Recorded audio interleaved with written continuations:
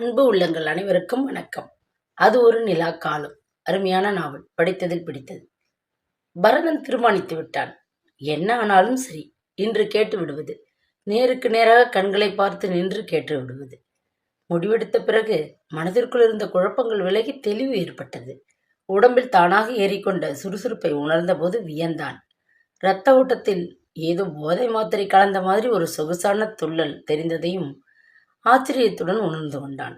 வேகமாக குளித்து முடித்துவிட்டு கண்ணாடி முன் நின்றான். மிகவும் விருப்பமான கருப்பு வெள்ளை கலவையில் பேண்டையும் ஷர்ட்டையும் அணிந்து கொண்டு சீப்பை எடுத்தான். பொறுமையாக வகிடு பிரித்து தலையை படிய படிய வாரி முடித்தான். தேங்காய்ப்பு துவாலை எடுத்து முகத்தை அழுத்தமாக துடைத்து மீசையை செல்லமாக சீப்பில் வருடி இமைகளில் இருந்த லேசான தூசியை அகற்றிவிட்டு நிமிர்ந்து நின்றான். கம்பீரமாக புன்னகைத்தான். பதிலுக்கு கண்ணாடி பிரதிபலித்த முகம் வசீகரமாக இருந்தது. அழகானவன் தானடா பரதானி. என்ன ஒரு பயங்கரமான விபத்து. உன் இடது காலை கூழாக்கிவிட்டது. பூட்ஸ் உதவி இல்லாமல் நடமாட முடியாதபடி போய்விட்டது. அவ்வளவுதானே. பிறவி ஊனம் இல்லையே. தவிர எல்லாவற்றையும் ஈடுகட்டும் விதமாக உன் முகம், அந்த கவர்ச்சியான காந்த கண்கள், அதிலும் அந்த விரல்கள் துருகி பிடித்த மாத்திரத்தில் புகுந்து விளையாடி கண்ணில் பட்ட காட்சிகளை எல்லாம் வெள்ளைத்தாளில் கொண்டு வந்து விடுகிற உன் திறமை யாருக்கு வரும்? தயங்கவே வேண்டாம் பாரதா.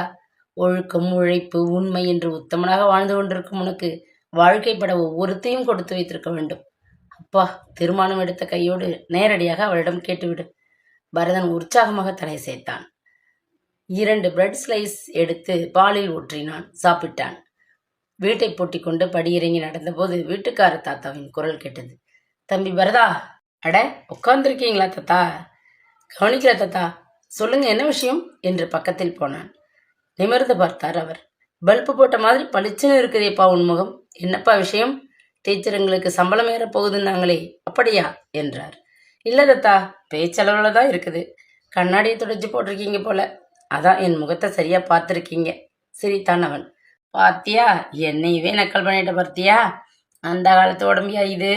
கண்ணு, காது, பல்லு, நாக்கு எல்லாமே கல்லாட்டம் இருக்குது. பொண்ணு பார்க்க போறவன் மாதிரி பளிச்சுன்னு இருக்கிற நீ. ஆமா, சொல்லிட்டேன். தாத்தா ரோஷமாக படப்படுத்தார். சரி தாத்தா, சாரி, வரேன் தாத்தா.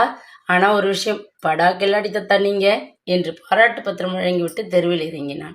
அவ்வளவு பளிங்காகவா இருக்கிறது முகம் என்று நினைத்து ஆச்சரியப்பட்டான். அகத்தின் அழகு முகத்தில் தெரியும் என்று பழமொழி ஏற்படுத்தியவனை பாராட்டி கொண்டான். அலை அலையாய் புரண்டு கொண்டிருக்கும் உற்சாகம் கண்களுக்கு மின்சாரத்தை வழங்கி இருக்கிறது. வெளிச்சத்தை பூசி இருக்கிறது. சோபனா, நீதான் பெண்ணே காரணம். எல்லாவற்றுக்கும் நீதான் காரணம். என் உணர்வுகளை தீர்மானிக்கிறாய். என் நடை உடையை ஆக்கிரமிக்கிறாய். என் வார்த்தைகளில் ஊடுருவியிருக்கிறாய். ஏன், என் தூக்கத்திலும் கனவாக நீதான் நடமாடுகிறாய்.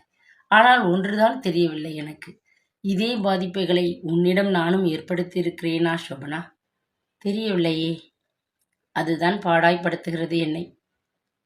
போதும் நான் பட்டது என்று கேட்டுவிடப் போகிறேன். பள்ளிக்கூடத்தை அடைந்தபோது சின்ன பையன் போல இதயம் படபடத்து கொண்டிருந்தது. பனிப்பிரதேசத்துக்கு வந்துவிட்ட மாதிரி சுவாசம் கூட தடுமாறியது. Good morning Bharathan sir. Shobana திடீர் என்று எதிரில் வந்தாள். எப்போதும் போல் அழகாக புன்னகைத்தாள். Good morning Shobana. அவன் கொஞ்சம் திடுக்கிட்டு போனான்.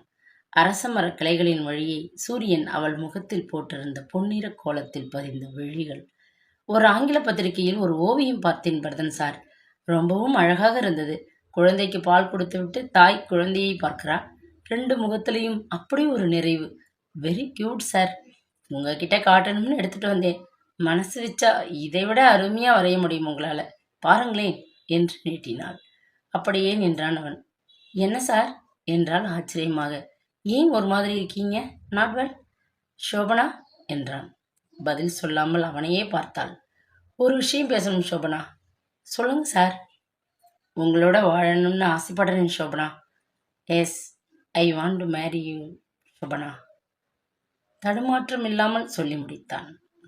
துடிக்கும் நெஞ்சுடன் நின்றான். சாரி பரதன் சார் என்றாள் தொனி மாறாமல். விவாகம் மட்டுமில்லை சார், விவாகரத்தும் மாணவள் நான். Sorry sir. திரும்பி நடந்தாள். அரச மர இலை ஒன்று மேலே உதிர்ந்தது. டீச்சர் குரல் கேட்டது. நிமிர்ந்தாள் அவள். 2ஆம் வகுப்பு பையன்களுக்கு மத்தியில் இருந்து அரவிந்தன் எழுந்தான். நீதான் கூப்பிட்டியாப்பா? ஆமாம் டீச்சர். சொல்லுப்பா, என்ன விஷயம்? பஞ்சப்பாட்டுனா என்ன டீச்சர் என்றான் தீவிரமாக. திகைத்தாள். 6 வயது குழந்தைக்கு தெரிந்திருக்கும் வார்த்தையா இது என்று கொஞ்ச நேரம் நம்ப முடியவில்லை. ஆனால் உடனே அவனுடைய வறுமை தோற்றத்தின் மேல் பார்வை படிந்தது. அரசாங்க பள்ளிகளுக்கே உரிய காக்கி கால் சட்டையும் வெள்ளை ஷர்ட்டும் அழுக்கு நிறைந்து சத்து குறைந்து ஈத்து விடுவது போல் இருந்தது. பஞ்சத்துக்கும் அவன் குடும்பத்துக்கும் இருக்கும் நெருங்கிய சம்பந்தத்தில் அவன் அந்த சொல்லை உபயோகிப்பதில் ஆச்சரியமே இல்லை. எங்க வீட்டில் தினம் கேட்குறேன் டீச்சர், ஒன்று அப்பன் இல்லை ஆத்தா யாராச்சும் சொல்லிக்கிட்டே இருக்காங்க பஞ்சப்பாட்டு பஞ்சப்பாட்டுன்னு. சினிமா பாட்டு தெரியும், சாமி பாட்டு தெரியும், அது என்ன டீச்சர் பஞ்சப்பாட்டு என்றான் ஆர்வமாக. அலங்காரமான சொல் அரவிந்தா, அது பஞ்சத்தை வறுமையை குறிக்கும் சொல், அவ்வளவுதான். ஸ்பெஷலா வேற ஒரு அர்த்தமும் இல்லப்பா அதுக்கு. குயில் பாட்டு பாடினது யார் டீச்சர்? பாரதியார் தானே?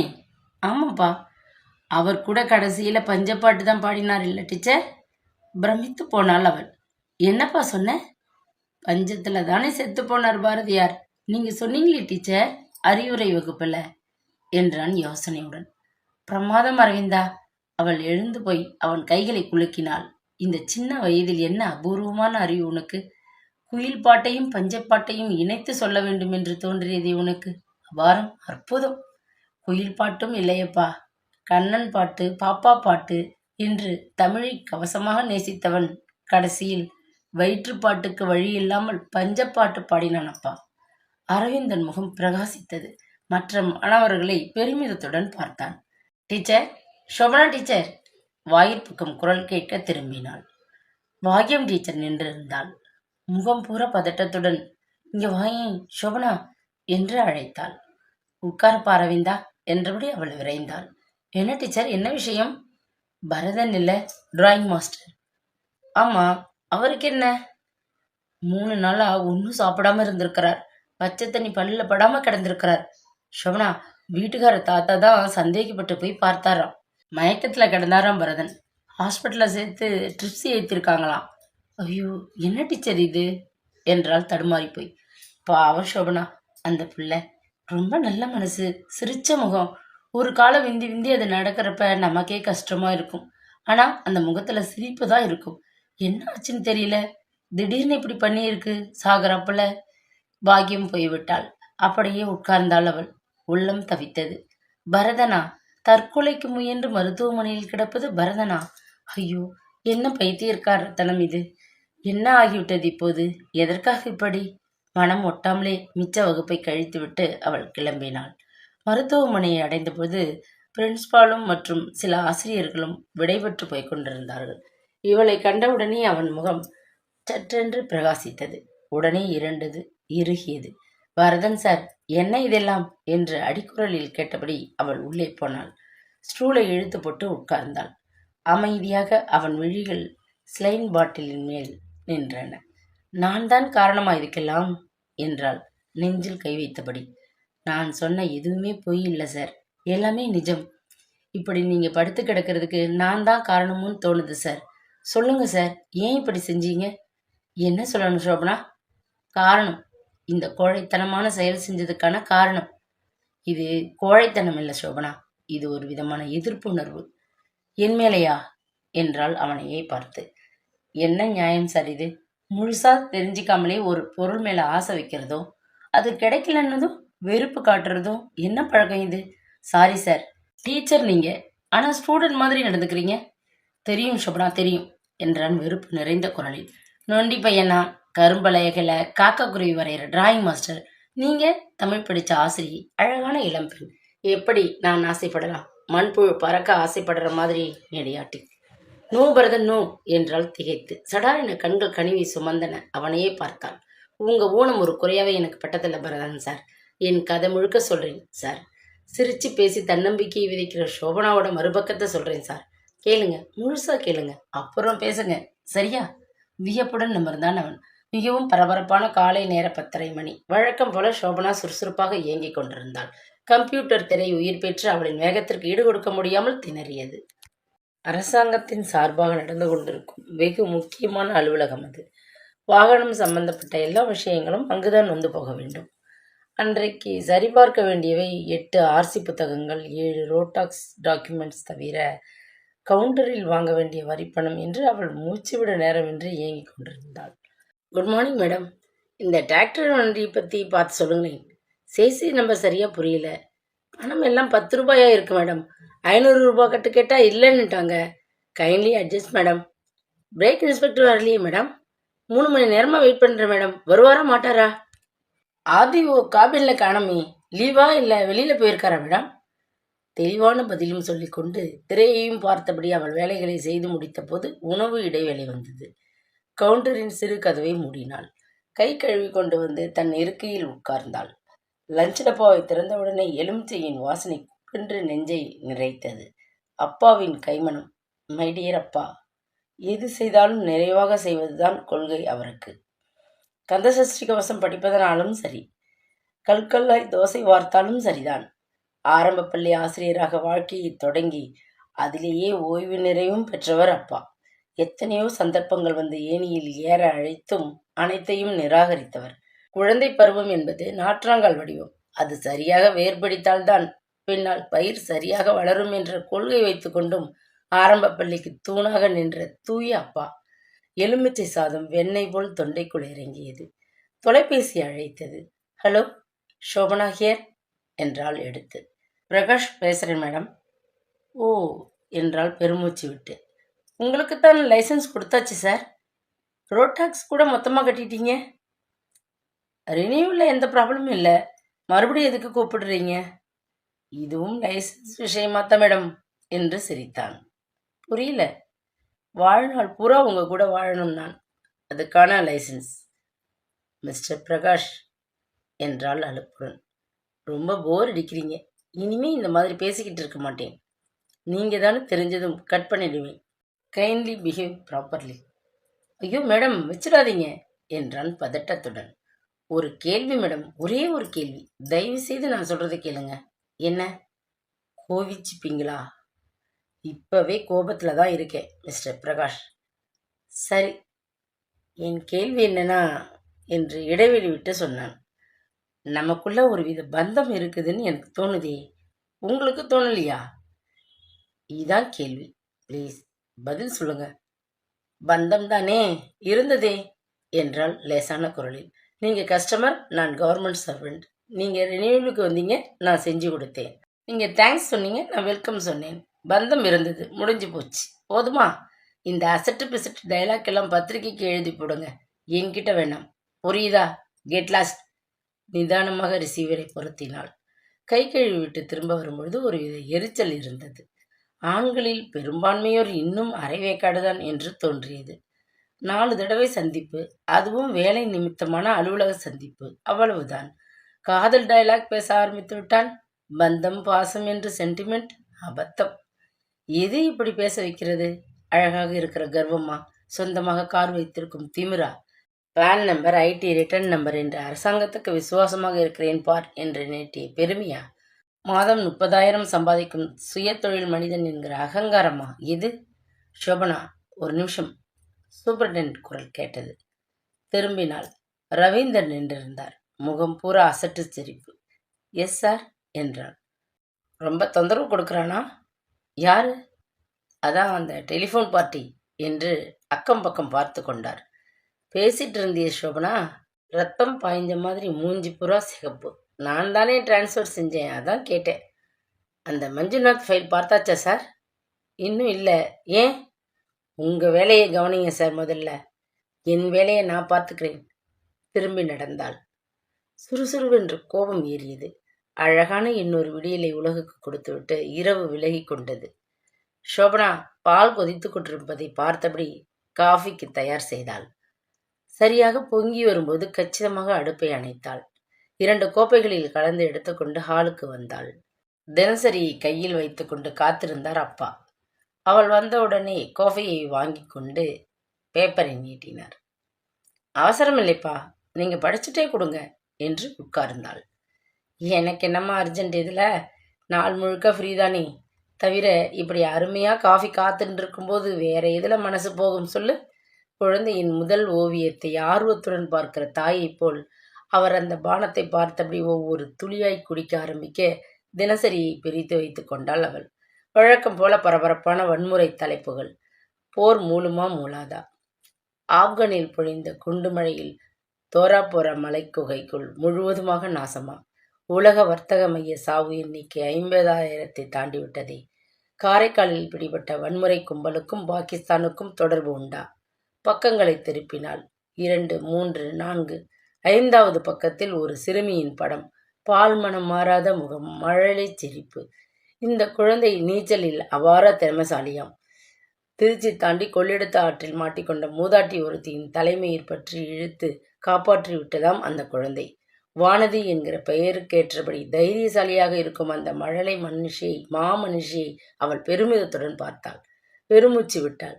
என்னம்மா என்றார் அப்பா. இல்லப்பா, சாதனை படைக்கப்பட்ட விஷயங்கள் கடைசி பக்கத்துக்கு போயிடுது. யுத்தம், வன்முறை, தீவிரவாதம், இந்த மாதிரி விஷயங்கள் முதல் பக்கத்துல, அதுவும் கொட்டை கொட்டை எழுத்துக்கள்ல பப்ளிஷ் ஆகுது. என்னப்பா நியாயம் இது?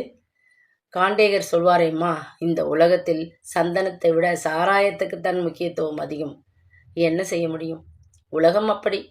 உலகம்னு தனியாவா தொங்கிக்கிட்டு இருக்கு? நாமெல்லாம் சேர்ந்துதானப்பே உலகம். தனி மரம் தோப்பாகாதுமா, ஆலமரமா இருக்கணும் ஒவ்வொருத்தரும். அப்புறம் எதுக்குப்பா தோப்பு? அப்பா புன்னகையுடன் அவளை ஏறிட்டு பார்த்தார். எவ்வளவு கோபம் இருக்கிறது இந்த மென்மையான உருவத்துக்கு பின்னால். தன்னலம் சார்ந்த கோபம் இல்லை அது, சமுதாய கோபம். சாக்ரட்டிஸுக்கும் பெரியாருக்கும் வந்தது போன்ற தார்மீக கோபம். சரிப்பா என்று எழுந்து கொண்டாள். இன்னைக்கு லஞ்ச் பாக்ஸ் வேண்டாம்ப்பா. என் ஃப்ரெண்ட் பூர்ணிமா இருக்காளே, அவளோட ஹஸ்பண்ட் ஆப்பிரிக்கா போகிறார்ப்பா. ட்ரீட் கொடுக்குறாள் பூர்ணிமா. சந்தோஷமா என்று அப்பாவும் எழுந்து ஷர்ட்டை மாட்டி கொண்டார். சம்பந்தம் ஊர்ல இருந்து வந்திருக்கிறானம்மா. ப்ரொமோஷன் ஆன பிறகு சொந்த ஊருக்கு வர்றது இதுதான் முதல் தடவை. போய் பார்த்துட்டு வரேன். கமிஷனர் ஆயிட்டார் இல்லப்பா என்றாள் மகிழ்ச்சியுடன். ரொம்ப சந்தோஷமான நிகழ்ச்சிகளுக்கும் இடம் உண்டு இந்த உலகத்துல இல்லப்பா. சம்பந்தம் படிப்பு, ஸ்போர்ட்ஸ் ரெண்டுலையும் பயங்கர பிரில்லியன்ட். மேக்ஸார்னு உங்க பின்னாலேயே சுத்திட்டு இருக்கிற அந்த காக்கி டிராயர் சம்பந்தம் இப்போவும் நினைவுல இருந்து போகல. கமிஷனர் ஆயிட்டார்னு நினைக்கும் பொழுது ரொம்ப ஹாப்பியா இருக்குப்பா. தகுதியான நபர்களுக்கு தகுதியான வேலை கிடைக்கத்தான் கிடைக்குமா. யாராலையும் அவ்வளவு ஈஸியா தடுக்க முடியாது. அதை வரேம்மா. நான் போகலைன்னா அவனே கிளம்பிங்க வந்துடுவான். கமிஷனரை அலைக்கழிக்கிறது நியாயம் இல்லையே. நீ ஆஃபீஸ் கிளம்புறதுக்குள்ள வந்துடுறேம்மா. அப்பா கிளம்பி போனதும் குளியல் அறைக்கு போனாள் அவள். 1/2 மணி நேரத்தில் வேலைகள் முடிந்தன. பேப்பரில் வந்திருந்த குறுக்கெழுத்தை நிரப்பும் வேலையை ஆர்வத்துடன் தொடங்கினாள். பத்மாசூரன் சம்பந்தமான ஒரு தகவலை யோசித்த போது தொலைபேசி அழைத்தது. ஹலோ, ஷோபனா ஹியர் என்றாள் எழுந்து போய். குட் மார்னிங் ஷோபனா, இது பிரகாஷ் என்றான் சிரித்து. மை காட், அழுத்து கொண்டு அவள் பெருமூச்சு விட்டாள். இது என்ன, எப்படி சொன்னாலும் புரியவே மாட்டேங்கிறது உங்களுக்கு. யார் கொடுத்தது என் நம்பரை? என்ன வேணா திட்டுங்க ஷோபனா, பொறுமையா கேட்டுக்கிறேன். உங்க குரல் தேன் மாதிரி தித்திக்கும் பொழுது வேற என்ன வேணும் எனக்கு? இடியாட்டிக் என்றாள் எரிச்சலுடன். Very bad manners. இஷ்டமில்லாதவங்க கிட்ட தொடர்ந்து தொல்லை கொடுக்குறீங்களே, உங்களுக்கு வெக்கமா இல்லை? ஷோபனா ப்ளீஸ் என்றான் மென்மையாக. ஒரு வாய்ப்பு கொடுங்களேன் எனக்கு, ஒரே ஒரு வாய்ப்பு. எதுக்காக இப்படி பைத்தியம் பிடிச்ச அலையிறேன்னு புரிய வைக்க ஒரு சந்தர்ப்பம் கொடுங்க ஷோபனா. நான் ஏன் கொடுக்கணும்? யார் நீங்க எனக்கு? அதை முடிவு பண்ணத்தான் துடிக்கிறேன் ஷோபனா. லோக் மிஸ்டர், அழுத்தமாக சொற்களை எச்சரித்தாள். எனக்குன்னு முடிவு பண்ண எங்க அப்பா இருக்கார். நான் முடிவெடுக்கிறதுல உடன்பாடு கிடையாது எனக்கு. தவிர இந்த அபத்தமான காதல் கன்றாவி சென்டிமெண்ட்டும் கிடையாது எனக்கு. புரியுதா? நான் எதையும் வற்புறுத்த போறதில்ல ஷோபனா. ஜஸ்ட் ஒரு மீட்டிங். சட்டென்று தொலைபேசி தொடர்பை துண்டித்தாள் அவள். என்னடா புது தொல்லை இது என்று ஒரு பக்கம் கோபப்பட்டாலும் இன்னொரு இளமையான பக்கத்தில் குறுகுறுப்பு இருக்கவே செய்தது. வானம் சற்று மந்தமாக இருந்த காரணமாகவோ என்னவோ அவ்வளவாக அலுவலகத்தில் கூட்டமில்லை. பிரேக் இன்ஸ்பெக்டர் குருராவ் வேறு விடுப்பில் இருந்தார். இருந்த வேலைகளை முடித்துவிட்டு உட்கார்ந்த போது பின்னாளில் இருந்து வசந்தகுமாரின் குரல் கேட்டது. Excuse me madam. திரும்பினாள். ஷோபனா மேடம், இவங்க மாதவி, புது அப்பாயின்மெண்ட். மாதவி மேடம், இவங்க ஷோபனா, ரொம்ப நல்ல பெண். அதே சமயத்துல கோபக்காரங்க. தப்புன்னு தெரிஞ்சா போதும், சொல்ல வேண்டிய முறையில கரெக்டா சொல்லிடுவாங்க. வசந்தகுமார் சிரித்தான். வணக்கம் என்று கரம் குவித்த அந்த பெண்ணின் இளமையான அழகு முகம் அவளை உடனே கவர்ந்து விட்டது. வணக்கம் என்று புன்னகைத்தாள். Welcome to government miss Madhavi. ரொம்ப நல்ல ஆஃபீஸ் இது. வசந்த் சார் சொன்னாரே தவிர தப்பி தவறி கூட தப்பு பண்ண மாட்டார். Very nice person. மாதவியும் சிநேகமாய் புன்னகைக்க அவர்கள் அடுத்த இருக்கைக்கு போனதும் அவள் உட்கார்ந்தாள். 18 வயது அப்போதுதான் முடிந்த மாதிரி அவ்வளவு கள்ளமில்லாத முகத்துடன் அந்த புது பெண் ஆச்சரியப்படுத்தினாள். எளிமையான கைத்தறி புடவை, வெற்று கழுத்து, காதுகளில் மெல்லிய தங்கப்பொட்டு என்று ஏழ்மையின் நிலவரத்தை வெளியிட்டன. மிரட்சியுடன் அவள் நின்றதும் தன்னுடைய தோழமையான வார்த்தைகளை கேட்டதுமே சடார் என்று முகபாவம் மாற புன்னகைத்த காட்சியும் இதமாக இருந்தது. உழைக்கும் மகளிர் எண்ணிக்கை அதிகமாக வருவது ஒரு பக்கம் மகிழ்ச்சிதான். ஆனால் மகளிரின் உழைப்பும் அளவுக்கு அதிகமாகிவிட்டது என்பதும் கசப்பான நிஜம். மார்னிங் ஷிஃப்ட் வீட்டில், பகல் ஷிஃப்ட் அலுவலகத்தில், மறுபடியும் இரவு ஷிஃப்ட் வீட்டில் என்று கடிகார சாட்டை அடிக்க பணிந்து அவள் பம்பரமாய் சுழல்கிற வேதனையை உண்மையாகவே ஆணினம் உணர்ந்துதான் இருக்கிறதா? தோலை குலுக்கியபடி அவள் பெருமூச்சு விட்டபோது எதிரில் ஒரு கரிய உருவம் வந்து நின்றது. குட் மார்னிங் மேடம் என்று அவன் சிரித்தபோது கரிய முகத்தில் வெளிப்பட்ட வெண்பற்களின் ஒளி வித்தியாசமாக இருந்தது. குட் மார்னிங் சார், சொல்லுங்க என்றாள் சாதாரணமாக. வந்து மேடம் என்று லேசாக தலையை சொரிந்தான். ஆர்சி புக் கேட்டிருந்தேனே மேடம், ரெடியா இருக்கா? பேர் என்ன சார்? வீரபத்ரன் மேடம், மாருதி 1000. போன 3ஆம் தேதி அப்ளிகேஷன் கொடுத்திருந்தேன். சடார் என்று நினைவுக்கு வந்துவிட்டது. இருந்தாலும் கம்ப்யூட்டரில் மெனு மாற்றி புகார்கள் தலைப்புக்கு போனாள். உறுதி செய்து கொண்டு அவனை பார்த்தாள். இன்னும் ரெடியாகல சார் என்றாள் நிதானமாக. பெண்டிங்கில் வச்சுருக்கோம். ஜஸ்ட் 10 நாள் டைம் கொடுங்க, ரெடி ஆகிடும். விளையாடுறீங்களா என்றான். உடனடியாக சிரிப்பு போன இடம் தெரியவில்லை. விளையாடுறீங்களான்னு கேட்குறேன். ஏற்கனவே 10 நாள் ஓடிடுச்சு, இன்னும் 10 நாள் வேணும்னு சொல்கிறீங்க. கூலா என்ன நடக்குதுங்க? பெண்டிங் வச்சுருக்கோம் சார் என்று அவனை பார்த்து சொன்னாள். பிரச்சனை இருக்குது, சில கிளாரிஃபிகேஷன் செஞ்சுருக்கோம், வரட்டும், வந்ததும் கொடுத்துருவோம். என்னது பிரச்சனையா என்றான் மிக அலட்சியமாக. ஹலோ மேடம், யார் வண்டி தெரியுமா? அது ராஜாவோட வண்டி. வட சென்னை தாதாவோட இருக்காரே வஜ்ரவேலு, அவரோட வண்டி. புரிஞ்சு நடந்துக்குங்கம்மா. சார் ப்ளீஸ், அழுத்தமாக பதில் வந்தது அவளிடமிருந்து. நிலவரத்தை சொல்லிட்டேன், அதோ அந்த கேபினில் ரவீந்திரன் சூப்பரண்ட் இருப்பார், போய் பாருங்க. முறைத்து பார்த்தான், போய்விட்டான். அதற்கு பின் 4 பேர் வந்து விட்டார்கள். ரோட் டாக்ஸ் பணத்தை வாங்கி ரசீது கொடுத்து கம்ப்யூட்டரில் பதிவு செய்து கொண்டாள். புதிதாக ஒரு ஹெவி வெஹிக்கிளுக்கான அப்ளிகேஷனை வாங்கினாள். நோ அப்ஜெக்ஷன் சர்டிஃபிகேட்டுக்காக யுனைடெட் இந்தியாவின் ஃபைலை திறந்தபோது தொலைபேசி அழைத்தது. எடுத்தாள். பிரகாஷா இருக்கக்கூடாது என்று மனம் பிரார்த்தித்தது. சூப்பரண்ட் தான் பேசினார். என்னாச்சு சோபனா, வீரபத்ரன் ஃபைல் பெண்டிங்லேயே வச்சுருக்கீங்க? Yes sir. சந்தேகமாக இருக்குது சார். சேசிஸ் நம்பர் டேலி ஆகலை. கவர்மெண்ட் வண்டி ஒன்று திருட்டு போனதாக நமக்கு ஒரு சர்க்குலர் வந்ததில்ல, அதில் சம்மந்தப்பட்ட வண்டி ஒன்று சந்தேகமாக இருக்குது. அப்படியா? மெயின் ஆஃபீஸ்க்கு ரெஃபர் செஞ்சுருக்கேன் சார். ரிப்ளை வரட்டும், லெட் தம் வெயிட். ஒரு விஷயம். Yes sir. மேலெடுத்த விஷயம் இது. தாதாவா? அதேதான் என்றார் ரகசியமான குரலில். ஆளும் கட்சி சப்போர்ட் பண்ணுற தாதா. நாம் எல்லாம் சாதாரண மனிதர்கள், மனசில் வச்சுக்கம்மா என்று வைத்து விட்டார். எரிச்சலாக வந்தது அவளுக்கு. எந்த மாதிரி காலகட்டத்தில் வாழ்ந்து கொண்டிருக்கிறோம் நாம்? நேர்மையாக இருப்பது தவறு என்றும் அசட்டுத்தனம் என்றும் உணர்த்தப்படுகிற காலத்திலா இப்பேற்பட்ட அபாய அறிவிப்பு இது? ஏற்கனவே நாட்டுப்பற்றும் நீதி உணர்வும் நீர்த்து போன நிலையில் இப்படி மேலும் மேலும் பணிந்து கொண்டே போவது மகா கேவலம் இல்லையா? வீடு வந்து சேர்ந்த போதும் வருத்தம் மிச்சம் இருந்தது. சொல்லப்போனால் தலைவலி கூட வந்துவிட்டது. அப்பா ஹாலிலேயே உட்கார்ந்திருந்தார். வந்துட்டியம்மா என்றார் மலர்ச்சியாக. ஃப்ரிட்ஜை திறந்து உடனே ரோஸ் மில்க் எடுத்து நீட்டினார். குடிமா, புது பாலில் செஞ்சது, உனக்கு ரொம்ப பிடிக்குமே. தவிர இன்னைக்கு நல்ல விஷயம் ஒன்றும் நடந்திருக்கு. என்னப்பா? பிரகாஷ்னு ஒரு பையன் வந்தாம்மா. 1 மணி நேரம் பேசினான். எனக்கு என்னமோ இந்த வீட்டுக்கு மாப்பிள்ளையா வரணும்னு அவன்னு ஆசையாக இருக்குமா. விக்கித்து போனாள் அவள். அததுக்கு வேலை வர வேணும் அடி பெண்ணே. தானாக நடக்கும் எல்லாம். குப்பை மேடும் கோபுரமாகும், கோபுரமும் குப்பை மேடாகும். நம் கையில் ஒன்றுமே இல்லை கண்ணே என்று காசிப்பாட்டி எப்பொழுதும் சொல்வாள். கொஞ்சம் கூட நம்பிக்கையே இல்லை அதிலெல்லாம் அவளுக்கு. நடைமுறை வாழ்க்கையை புரட்டி போடக்கூடிய அதிசயங்கள் வானக்குறையிலிருந்து கொட்டும் என சின்னஞ்சிறு எதிர்பார்ப்பு கூட கிடையாது. முற்பகல் செய்தால் பிற்பகல் விளையும், அவ்வளவுதான். நல்லதை விதைத்தால் நல்லதை அறுக்கலாம். வேலை வர வேண்டும், அதிர்ஷ்ட காட்டு அடிக்க வேண்டும், காலம் கனிய வேண்டும் என்றெல்லாம் விழைந்து விழைந்து நாடி ஜோசியக்காரர்கள், கிளி ஜோசியக்காரர்கள் என்று நேரத்தை வீணடிக்கும் மனிதர்களை பார்க்கும்போது பற்றி கொண்டு வரும். மன வலிமை, தோல் வலிமை என்று கண்ணில் படுகிற சக்தியை விட்டுவிட்டு எதையோ பற்றி கொண்டு அந்தரத்தில் தொங்குகிறார்களே என்று தோலை குலுக்கிக் கொள்வார்கள். பிரகாஷ் விஷயத்தில் நடந்ததற்கும் நடந்து கொண்டிருப்பதற்கும் அடிப்படை காரணம் என்னவென்று தெரியாத குழப்பத்தில்தான் அவள் இப்போது தவிக்கிறாள். வீடு தேடி அப்பாவிடம் விலாவரியாக பேசியதை எந்த விதத்தில் சேர்ப்பது? அவ்வாறு தைரியமா, இல்லை அதிகப்படி ஆசையா? ஏழை வீட்டு பிள்ளையத்தான் சார் பிறந்தேன். விதவை தாயால் வளர்க்கப்பட்டேன். ஆனால் படிப்பில் படுகெட்டியாக இருந்தேன் சார். பிட்ஸ்பர்னில் இன்ஜினியரிங் முடித்தேன். முதல் செட் கேம்பஸ் இன்டர்வியூவில் டாப் 10ல் இருக்கிற மல்டிக்ரோர் கம்பெனியில் செலக்ட் செய்யப்பட்டேன். இப்போ அதோட எண்ணூர் பிரான்ச்சுக்கு அல்டிமேட் இன்ஜினியராக இருக்கேன். வண்டி ரிஜிஸ்ட்ரேஷனுக்காகத்தான் ஆர்டிஓ ஆஃபீஸுக்கு போனேன் சார். ஆனால் என் வாழ்க்கையே ரிஜிஸ்டர் பண்ணிடுவேன்னு நினைக்கல. சோபனாவை எனக்காக படைக்கப்பட்ட பெண்ணாகத்தான் சார் நினைக்கிறேன். 29 வயசாகுது எனக்கு. அம்மா கேன்சர் நோயால் பாதிக்கப்பட்டு ரொம்ப வேதனைப்பட்டதால் 5 வருஷம் கல்யாணத்தை ஒத்தி போட்டேன். அம்மாவும் போய் சேர்ந்துட்டாங்க.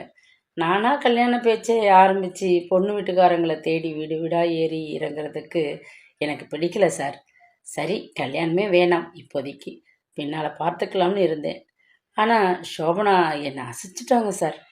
மனசு பூரா அவங்க தான் சார் ஆக்கிரமிச்சிருக்காங்க, தீவிரவாதி போல. தவிர காதல் கன்றாவி இதெல்லாம் பிடிக்கவே பிடிக்காதாம். அப்பா என்ன சொல்கிறாரோ அதைத்தான் கேட்பாங்களாம். அதான் சார் துணிஞ்சு வந்துட்டேன். நீங்கள் தான் சார் நல்ல வழி காட்டணும் சார். மூச்சு விடாமல் பேசி அப்பாவை வாயடித்து போக வைத்ததும் இல்லாமல் முதல் சந்திப்பிலேயே அவரை முழுக்க முழுக்க கவர்ந்து விட்டதும், பையன் என்றால் இப்படி அல்லவா இருக்க வேண்டும் என்கிற தீர்மானத்திற்கே அப்பா வந்து விட்டதும், என்னப்பா இதெல்லாம்? நம்ப முடியாத அதிர்ச்சியுடன் அவள் கேட்டாள். கண்டதும் காதல், முதல் பார்வையில் காதல் என்றெல்லாம் இந்த தலைமுறை சின்ன பசங்க பண்ணுற அபத்தம் மாதிரி இருக்குப்பா நீங்கள் நடந்துக்கிறது. கழற்றி விடுறதுக்காகத்தான் சொன்னேன். இந்த மாதிரி அச்சு பிச்சு விஷயங்களில் எனக்கு இன்ட்ரெஸ்ட் இல்லை. அப்பா எடுக்கிற முடிவுக்கு கட்டுப்படுறது தான் என் கொள்கைன்னு. இப்படி இருந்தால் வீட்டுக்கே வருவார்னு எதிர்பார்க்கல. நீங்கள் இப்படி வலையில் தபால்னு விழுந்துடுவீங்கன்னு எதிர்பார்க்கலப்பா. ஏம்மா வலை அது இதுன்னு சொல்கிற என்றார் அப்பா ஆதங்கத்தோடு. எனக்குன்னு தெளிவான பார்வை இல்லைன்னா நினைக்கிற? இருக்குமா? 30 வருஷமாக பாய்ஸ் ஸ்கூலில் வாத்தியாராக வாழ்ந்து முடித்தவன் நான். பசங்களோட சைக்காலஜி பற்றி ப்ராக்டிக்கலாக தெரியும் எனக்கு. அதிரடியாக வீட்டுக்கு வந்து உங்களை சந்தித்ததில் எனக்கு உடன்பாடு இல்லைப்பா. அதிரடி தாம்மா இல்லைங்களே, ஆனால் அடிப்படை என்ன அதுக்கு? தவிப்புமா. விட்டுடக்கூடாது இந்த பெண்ணை என்கிற தவிப்பு. எப்பாடுபட்டாவது கல்யாணம் பண்ணிக்கிட்டே திறனுங்கிற பரபரப்பு. அப்பா எதிரில் வந்து நின்றார். எப்பொழுதும் அமைதியை தாங்கிக் கொண்டிருக்கும் அவர் விழிகள் இப்பொழுது கனிவையும் சேர்த்து அவள் மேல் பதிந்தன. மிருதுவாக வெளிவந்தது குரல். விசாரிச்சிட்டேம்மா. அந்த பையன் சொன்ன விவரங்கள் எல்லாம் நிஜம்தான். ஆஃபீஸில் கேட்டப்போ நானே ஸ்டன் ஆகிட்டேன்னு தெரியுமா? ஆஃபீஸ் பாயிலிருந்து ஜிஎம் வரைக்கும் நல்ல பேர் வாங்குறது என்கிறதெல்லாம் சாதனைம்மா. வீட்டு அட்ரஸ் வாங்கி அக்கம் பக்கமும் விசாரிச்சிட்டேன். நம்ம பாலகுரு இல்லை, அதான் அந்த டென்னிஸ் பிளேயர்மா, என் ஸ்டூடெண்ட். பிரகாஷ் வீட்டுக்கு எதிர் வீட்டில் தான் இருக்கா. க்ளீன் சர்டிஃபிகேட் கொடுக்குறாம்மா. எல்லாம் திருப்தியான பிறகுதாம்மா உன்கிட்ட விஷயத்தையே சொன்னேன் சோபனா. இவ்வளவு நடந்திருக்கிறதா? எதையும் மிகைப்படுத்தி பேசுபவர் இல்லை அப்பா. உள்ளது உள்ளதுபடி உரைப்பவர். அதுவும் பள்ளிவாதியார். இப்படி உயர்ந்த பீடத்தில் தூக்கி வைத்து பேசுகிறாரே, அவ்வளவு சிறப்பா அவனுக்கு? முகத்தை நினைவில் கொண்டு வந்தாள். வசீகரமான முகம்தான், தெளிவான கண்கள், கம்பீரமான அந்த உயரம், படிப்பும் பதவியும் தந்த ஆளுமை எல்லாம் சரிதான். என்னை பார்த்தவுடனே தீர்மானித்து விட்டானாமே, இவள்தான் என் மனைவி என்று. அதுதான் எப்படி என்றே புரியவில்லை. எனக்கு ரொம்ப பிடிச்சிருக்குமா அந்த பையனை.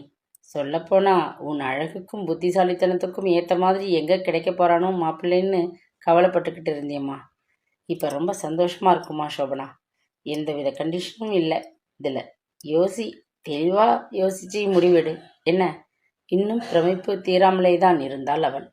சோபனா, அவன் ஆசையுடன் உச்சரித்தான். ஒவ்வொரு எழுத்தையும் உள்ளுக்கு ஆழமாக இழுத்து சுவாசிப்பவன் போல அந்த 3 எழுத்துக்களை ஜபித்தான். ஒரு மாதிரியாக இருந்தது அவளுக்கு. முதல் தடவையாக மனக்கட்டுப்பாட்டிலிருந்து உடல் தனியாக இயங்கியது. பெருங்காற்றுக்கு ஆடும் சின்னஞ்சிறு பூஞ்செடி போல நடுங்கியது. ஷோபனா, ப்ளீஸ் ஏதாவது பேசேன். அவன் குரல் தவிப்புடன் ஒலித்தது. ரொம்ப அதிரடியா நான் செஞ்சது? எனக்கே தெரியலம்மா, சொல்லு. நிஜமாகவே பதில் சொல்ல தெரியவில்லை. கண்மூடி திறப்பதற்குள் எல்லாமே நடந்து முடிந்துவிட்டது. கல்யாணத்திற்கு நாள் குறித்த போது ஏற்பட்ட பிரமிப்பான மனநிலை இதோ இந்த முதல் தனியறை சந்திப்பில் அவன் பக்கத்தில் உட்கார்ந்திருக்கும் இந்த நிமிடத்தில் கூட பிரமிப்புடன் இருக்கிறது. சுதந்திரம் என்கிற விஷயம் மட்டும்தான் பேணி காக்கப்பட வேண்டிய விஷயம் என்று அழுத்தி பேசுகிற பெண் உரிமைவாதிகளை அவளுக்கு ரொம்ப பிடிக்கும். முடிவெடுக்கும் சுதந்திரம் என்பது தனி மனிதன் ஒவ்வொருவருக்குமான உந்துகோல் என்பது இரண்டாவது கருத்தல்ல அவளுக்கு. சரியாக அப்படிப்பட்ட சுதந்திரத்தை நான் அனுபவித்தேனா என்கிற கேள்வி அவளுக்குள் திடீரென்று எழுந்தது. இதுநாள் வரை அனுபவித்த சுதந்திரம் என்பது சந்தேகத்திற்கிடமில்லாத முழுமையான உணர்வு. உணவு, உடை, பேச்சு, கவிதை, சினிமா, பாட்டு என்று எதை எடுத்தாலும் தன் விருப்பப்படியே நடந்த நாட்கள், எவ்வித குறுக்கீடும் இல்லாத ராணி தர்பார் போன்ற வாழ்க்கை. இன்று இதோ இந்த சம்பிரதாய முதலிரவில் யாரோ ஒரு இளைஞனுக்கு எதிரில் உட்கார்ந்திருக்கிறாளே, இது அவள் சுதந்திரத்தை பாதிக்காத வகையில் எடுத்த முடிவுதானா? இல்லை, அப்பாவின் வார்த்தைகளிலும் விருப்பங்களிலும் அவள் வைத்திருக்கும் பிரத்யேகமான மரியாதை காரணமாக தலையாட்டி விட்டாளா? தெரியவில்லையே. இமைகள் நனைந்தன. கவனித்து விட்டான் அவன். ஐயோ, என்னாச்சும்மா ஷோபனா என்றான் பதட்டமாக. உடனே எழுந்தான். எதிரில் வந்து நின்றான். பிடிக்கலையா இதெல்லாம் என்றபோது அவன் குரல் உருகி போய் ஒலித்தது. தப்பு செஞ்சிட்டேனா ஷோபனா? உன் விருப்பத்துக்கு எதிராக தாலி கட்டி இப்படி எதிரில் உட்கார வச்சிருக்கேனா? My god Shobana! நிமிர்ந்தாள், புன்னகைத்தாள். அப்பாடா என்று நெஞ்சில் கை வைத்து பெருமிச்சு விட்டான். ஒரு நிமிஷம் ஹார்ட் நின்று பிறகு துடிச்சது தெரியுமா உனக்கு? எவ்வளவு சகஜமாக உரையாட முடிகிறது இவனுக்கு என்றுதான் தோன்றியது. என்னமோ வருடக்கணக்காக காதலித்து இப்போதுதான் கல்யாணம் செய்து கொண்டது போல் முகம் பூரா தவிப்பு. துளைக்கி வைத்து செய்த குத்து விளக்கு போல பளபளப்பு. உட்காரலாமா என்று அவள் பக்கத்தில் கை நீட்டி கேட்டான். ஆச்சரியம் என்றாள். ஏன், என்ன என்ன ஆச்சரியம்? அனுமதி கேட்கிறீங்களே, எதை சொல்ற? உட்காரட்டுமான்னு கேட்டதைத்தான். ஆச்சரியப்படணும் அதுக்கு? கல்யாணம் பண்ணிக்க பற்றி என்கிட்ட பேசாதவர் இப்படி சின்ன விஷயத்துக்கு அனுமதி கேட்கறது முரண்பாடா இல்லை என்று புன்னகைத்தாள். ஓ, அதுவா என்று சடா என்று பக்கத்தில் உட்கார்ந்து விட்டான். கோபம் தானே உனக்கு? பொய் சொல்லக்கூடாது, நிஜம் சொல்லு ஷோபனா. கோபமா? கோபம் என்கிறது சரியான வார்த்தை இல்லை, ஆனால் ரொம்ப வருத்தமாக இருந்தது என்றால் மெலிதாக. கல்யாணம் என்கிறது அடிப்படை தேவைதானா இல்லையா என்கிற குழப்பம் எப்போவுமே எனக்கு உண்டு. தீவிரமாக யோசித்து தெளிவுக்கு வரணும்னு இருந்தேன். அதனால தான் ஒரு திகிர் உணர்வு, திணிக்கப்பட்ட கல்யாணம் போல. சடார் என்று முகம் இருண்டு விட்டது. அவன் தொப்பென்று உட்கார்ந்தான். மூச்சை இழுத்து விட்டான். தலையை ஆட்டினான் இப்படியும் அப்படியுமாக. ஓ நோ என்றான் திடீரென்று. I might have not and it என்று நெற்றியை தட்டி கொண்டான். I am sorry. ஷோபனா நிமிர்ந்து அவனை பார்த்தாள். I am very sorry. உங்கள் மேலே குத்தம் சொல்லலை நான். முழுக்க முழுக்க என் இஷ்டம் இல்லாமல் இது நடந்திருக்க முடியாதே. என் மேலே தான் வருத்தம் பிரகாஷ் எனக்கு. என்னது என்னது என்ன சொன்ன? என் மேலே தான் வருத்தம்னு சொன்னேன். இல்லையே, வேறொரு வார்த்தை வந்ததே நடுவில். வேறொரு வார்த்தையா என்று குழம்பியவள் அவன் முகத்தில் வெளிப்பட்ட குறும்பை கண்டு திகைத்தாள்.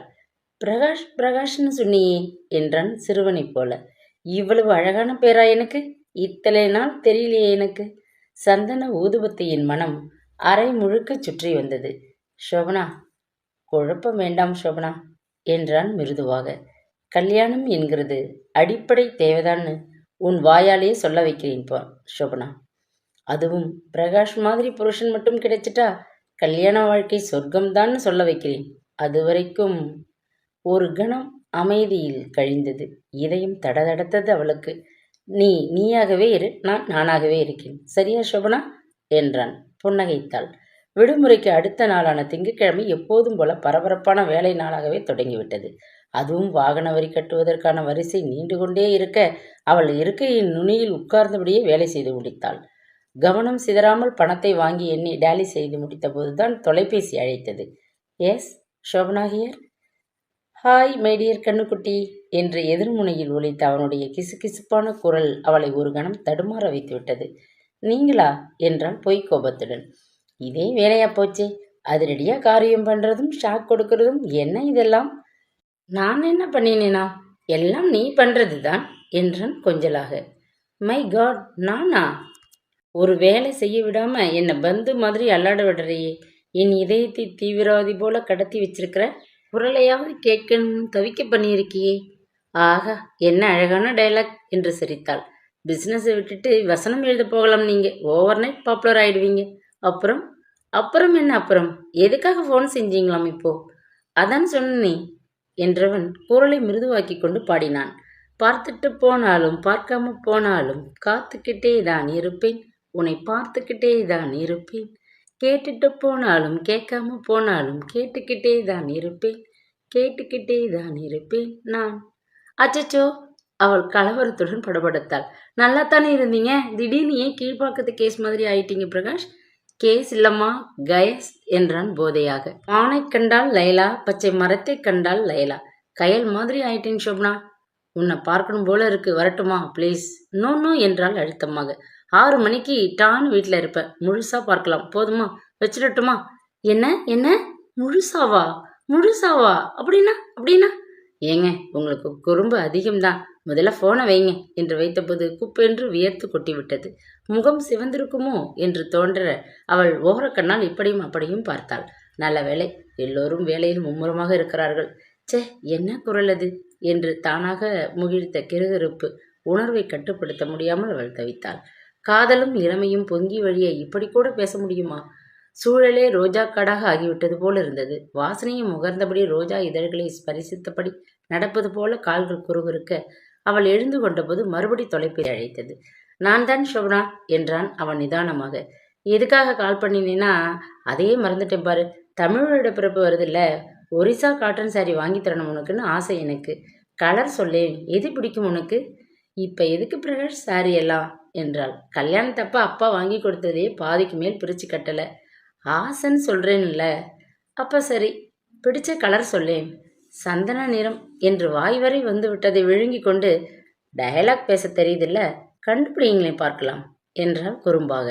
அவ்வளவுதானே என்றான் சவாலை ஏற்றுக்கொள்வது போல. பிடிச்ச கலர் மட்டும் இல்லை கண்ணே, பிடிச்ச எல்லா விஷயத்தையும் புட்டு புட்டு வைக்கிறேன். ஆனால் ஒரு கண்டிஷன். அது என்ன கண்டிஷன்? நான் சொல்கிறபடி நீ கேட்கணும்.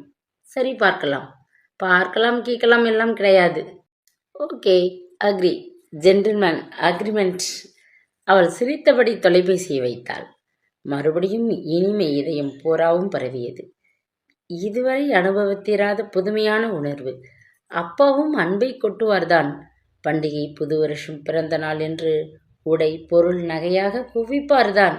ஸ்வீட் மிக்சர் என்று புது புது ஐட்டங்கள் செய்து அசத்துவார்தான். ஆனால் பிரகாஷ் வெளிப்படுத்துகிற உணர்வு என்பது அன்பு என்கிற ஒரு வார்த்தைக்கு மட்டும் உரியதாக இல்லையே. நெகிழ்விக்கிறது பல சமயம், உருக்குகிறது சில சமயம், சிவக்க வைக்கிறது சில சமயம், சிரிக்க வைக்கிறது பல நேரம். நவரசங்கள் நிறைந்த சுவாரஸ்யமான திரைப்படம் போல வாழ்க்கை வசீகரமாகிவிட்டது. சொல்லப்போனால் அப்பாவை விட்டுவிட்டு நந்தனம் வீட்டுக்கு தனி கொடுத்தனம் நடத்த வந்தபோது எப்படி இருக்க போகிறோம்? அப்பா இல்லாமல் என்று பீதியில் தவித்ததற்கு அர்த்தமே இல்லாமல் போய்விட்டது. ஷோபனா எழுந்து கை கழுவுவதற்காக பின்னால் போனபோது எதிரில் மாதவி வந்தாள். ஹலோ மாதவி என்றாள் சிரித்து. எப்படி இருக்கு வேலையெல்லாம்? உனக்கு பிடித்திருக்கிறதா? பரவாயில்லை என்றவள் முகம் லேசாக கருத்த மாதிரி தோன்றியது. ஏதாவது பிரச்சனையா என்றாள் கனிவாக. ஷோபனா மேடம், மாதவி அடிக்குரலில் பேசினாள். ரவீந்தர் சார் பற்றி எப்படி, நல்லவரா? ஏம்மா? கை மேலே படுது மேடம், பயமா இருக்கு. இதோட 7-8 தடவை ஏழை வீட்டு பெண்ணான். மாதவி அழுது விடுவாள் போல் இருந்தாள். அழறியா என்ன? சேச்சே என்றாள். அவள் கைப்பற்றி, பயப்படவே கூடாது, எக்காரணத்தை கொண்டும் வரம்பு மீற அனுமதிக்கக்கூடாது. இது இரண்டையும் அழுத்தமாக பதிய வச்சுக்கோ மாதவி, கவலைப்படாதே. மாதவி தலையாட்டினாள். ஒவ்வொன்றா சொல்லிக்கிட்டு வருவேன், குறுக்க பேசாமல் கேட்கணும், சரியா? குளித்து விட்டு நைட்டியுடன் வந்தவளின் தோள் பற்றி உட்கார வைத்தான். தானும் எதிரில் உட்கார்ந்தான். புன்னகைத்தபடி அவள் சாய்ந்து கொண்டாள். ரொம்பத்தான் தன்னம்பிக்கை இவனுக்கு என்று தோன்ற புன்னகை அகலமாகியது. அப்படியே புட்டு புட்டு வைக்கிறேன் என்று சவால் விடும் தோரணையில் சொன்னது இன்னும் காதோரத்திலேயே இருந்தது. கண்களை மூடிக்கொண்டான். சொல்ல ஆரம்பித்தான். மகுடேஸ்வரன் கவிதைகள், நவீன விருட்சம், Vairamuthu, A.R.. Rahman, Sujatha, Harbhajan Singh, Vivek comedy, radio காலை மலர், குவிக்ஸ், செய்திகள், அருந்ததி ராய், புதினா புலாவ், CNN ஸ்கான், தேசபக்தி, பாரதியார், பயறு வகை, ஜெனிஃபர் லோபஸ். போதும் போதும் போதும். ஷோபனா பரபரத்தாள். சாய்ந்திருந்த நிலையிலிருந்து தள்ளி முன்னுக்கு வந்திருந்தாள். முழுமையாக திகைத்திருந்தாள்.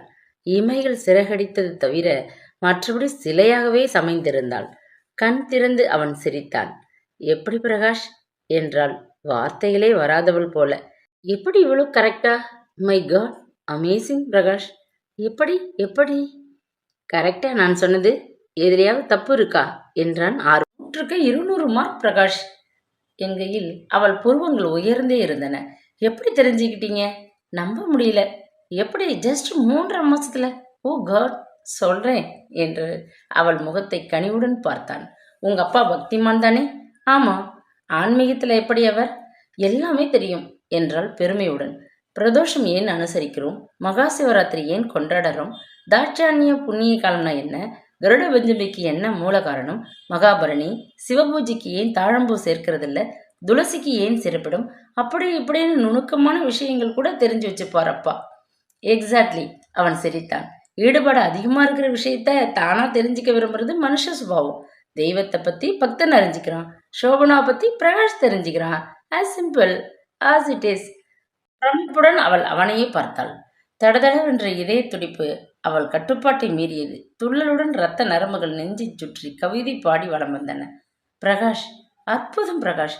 நீங்கள் சொன்னது அவ்வளவும் என் அப்பட்டமான ரசனைதான் பிரகாஷ். படிக்கிற பத்திரிகை முதல், பார்க்கிற நிகழ்ச்சி முதல், பிடிக்கிற மெனு முதல் அப்படியே படம் பிடித்த மாதிரி சொல்லிட்டீங்களே. எப்படி சாத்தியம் இது? இதே போல் உங்களை பற்றி சொல்ல என்னால் முடியுமா? ஃபில்டர் காஃபி பிடிக்கும், கர்நாடக சங்கீதம் பிடிக்கும் போன்ற பொதுவான விஷயங்கள் தான் தெரிந்து கொண்டிருக்கிறேன். பிரகாஷ், உங்களை பற்றி அதிர்ந்து பேசுறது பிடிக்காது. அதே சமயத்துல உறுதியா பேசுறது பிடிக்கும். மென்மையா இருக்கணும், வளைஞ்சு கொடுக்கணும், ஆனா உடைஞ்சிடக்கூடாது. இதுதான் உன் கேரக்டர் சோபனா. நிமிர்ந்து உட்கார்ந்தாள். இப்படிப்பட்ட குணாதிசயம் உள்ளவங்களுக்கு ரொம்ப பிடிச்ச நிறம் ஒன்று இருக்கு, சொல்லட்டுமா? சொல்லுங்க சொல்லுங்க. சந்தன நிறம். கரெக்டா? My goodness. நெஞ்சின் மேல் கை வைத்து அவள் நிஜமாகவே பிரமித்தாள். என்ன, சரியா சோபனா? அசத்துட்டீங்க பிரகாஷ் என்றாள் மனம் விட்டு. கிரேட். எப்படி சாத்தியமாச்சுன்னு தான் இன்னும் புரியல. அப்சர்வேஷன் கெப்பாசிட்டியா? ஜஸ்ட் 3.5 மாசத்துலயா? எப்படி இவ்வளவு குறுகிய காலத்துல? ஒரு விஷயத்துல முதிர்ச்சி வரணும்னா எவ்வளவு காலம் எப்படி செலவிட்டோம் என்கிறத விட செலவிட்டோம்ங்கிறது தான் முக்கியம். சோபனா, பெர்னாஷா சொல்வாரே என்று அவள் கண்களையே பார்த்தான். தலை குனிந்தது அவளுக்கு. சோபனா தான் இனி எல்லாம் நமக்குன்னு மனசுக்குள்ள இருந்து ஒரு குரல் ஒழிச்சுக்கிட்டே இருக்கு.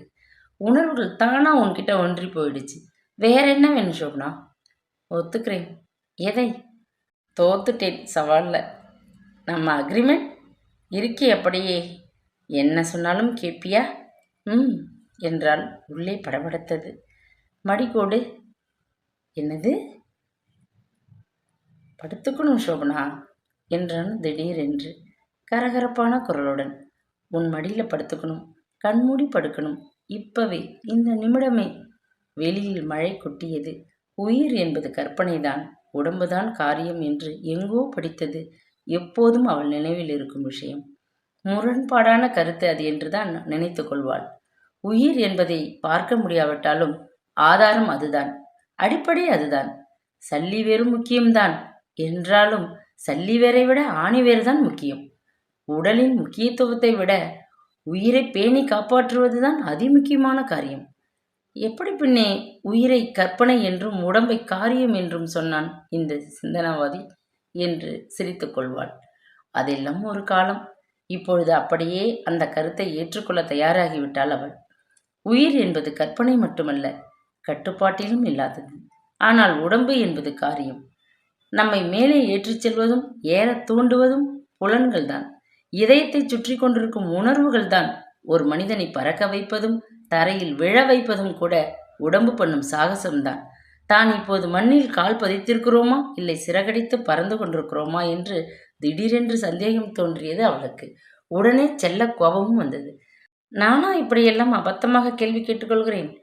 தாஸ் கவிடல் ஒரு கையிலும் ஆஸ் யூ லைக் இட் மறு கையிலுமாக பொருளாதாரத்துக்கும் இலக்கியத்துக்கும் உள்ள தொடர்பு பற்றி ஆராய்ந்து கொண்டிருந்த நானா திருவேறு தெல்லியராதலும் வேறு என்று வள்ளுவர் சொன்னதன் பொருள் பற்றி யோசிக்கிற நானா 3 பக்கம் கடலும் கடல் முழுக்க மீனும் உள்ள நம் நாட்டில்தான் புரோட்டீன் குறைவால் சாகிற ஜனங்களின் எண்ணிக்கை அதிகம் என்கிறது புள்ளி விவரம்.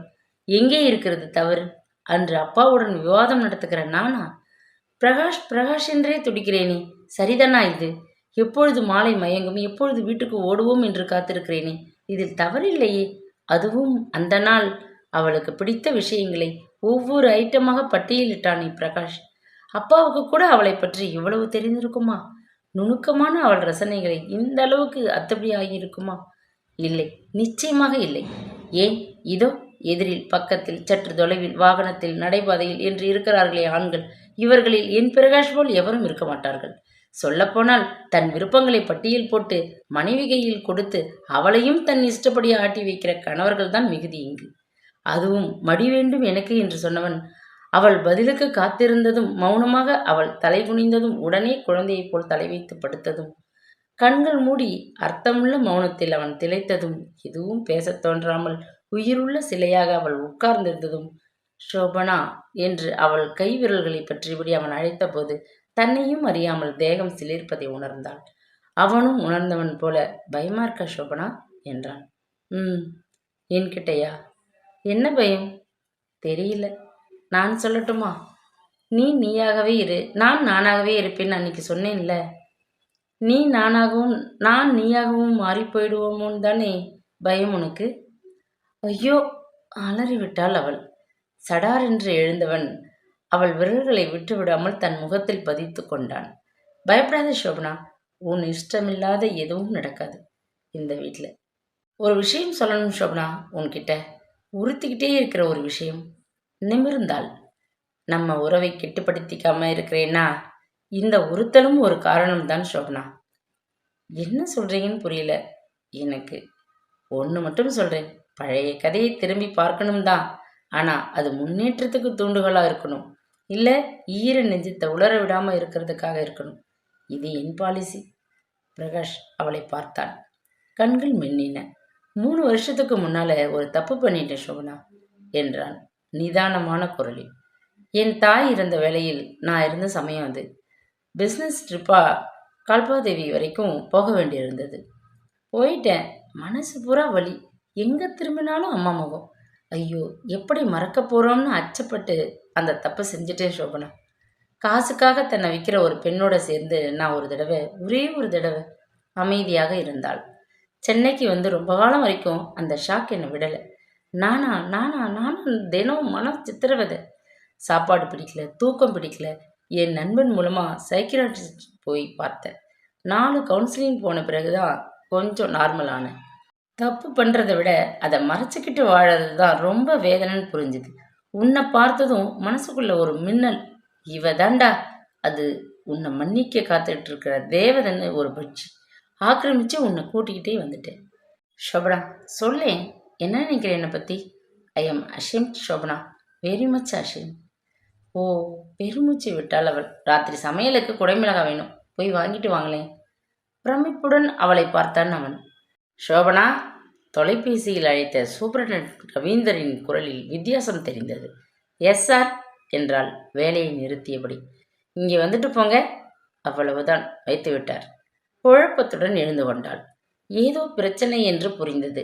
ஒரு தினுசான ஆள்தான் அவர் என்றாலும் அவளை பொறுத்தவரை கச்சிதமான தொலைவில் நிறுத்தி வைத்திருந்ததால் எந்த தொல்லையும் இதுவரை இல்லை. மாதவி அன்றைக்கே வருத்தப்பட்ட போது தைரியமாக இரு என்று சொன்னது ஒருவேளை அவர் காதுகளுக்கு போயிருக்கலாமோ? சரி, எதுவானால் என்ன, நம்மிடம் எந்த கள்ளத்தனமும் இல்லை, அதனால் அச்சப்பட தேவையும் இல்லை. கதவை நாசுக்காக தட்டிவிட்டு உள்ளே போன போது அவர் இறுக்கமாக முகத்தில் பேனாவை அழுத்தியபடி காத்திருந்தார். எஸ் சார் என்றாள். என்னாச்சு? எது சார்? அதான் அந்த வீரபத்ரன் மேட்டர் பெண்டிங்கில் தான் சார் இருக்கு. அதுதான் ஏன் கேட்குறேன். குரல் உயர்ந்தது. அன்னைக்கே சொன்னேன், பெரிய இடம் அது, வட சின்ன தாதா ஒருத்தர் சம்மந்தப்பட்டதுன்னு. ஏன் தெரியல. Why are you keeping pending? ஒரு தடவை சொன்னால் புரியாதா உங்களுக்கு? புரியும் சார், தமிழில் தானே சொன்னீங்க, எப்படி புரியாமல் இருக்கும் என்றால் அதே குரலில். ஏற்கனவே நோட் போட்டு அனுப்பியிருக்கேன் உங்களுக்கு.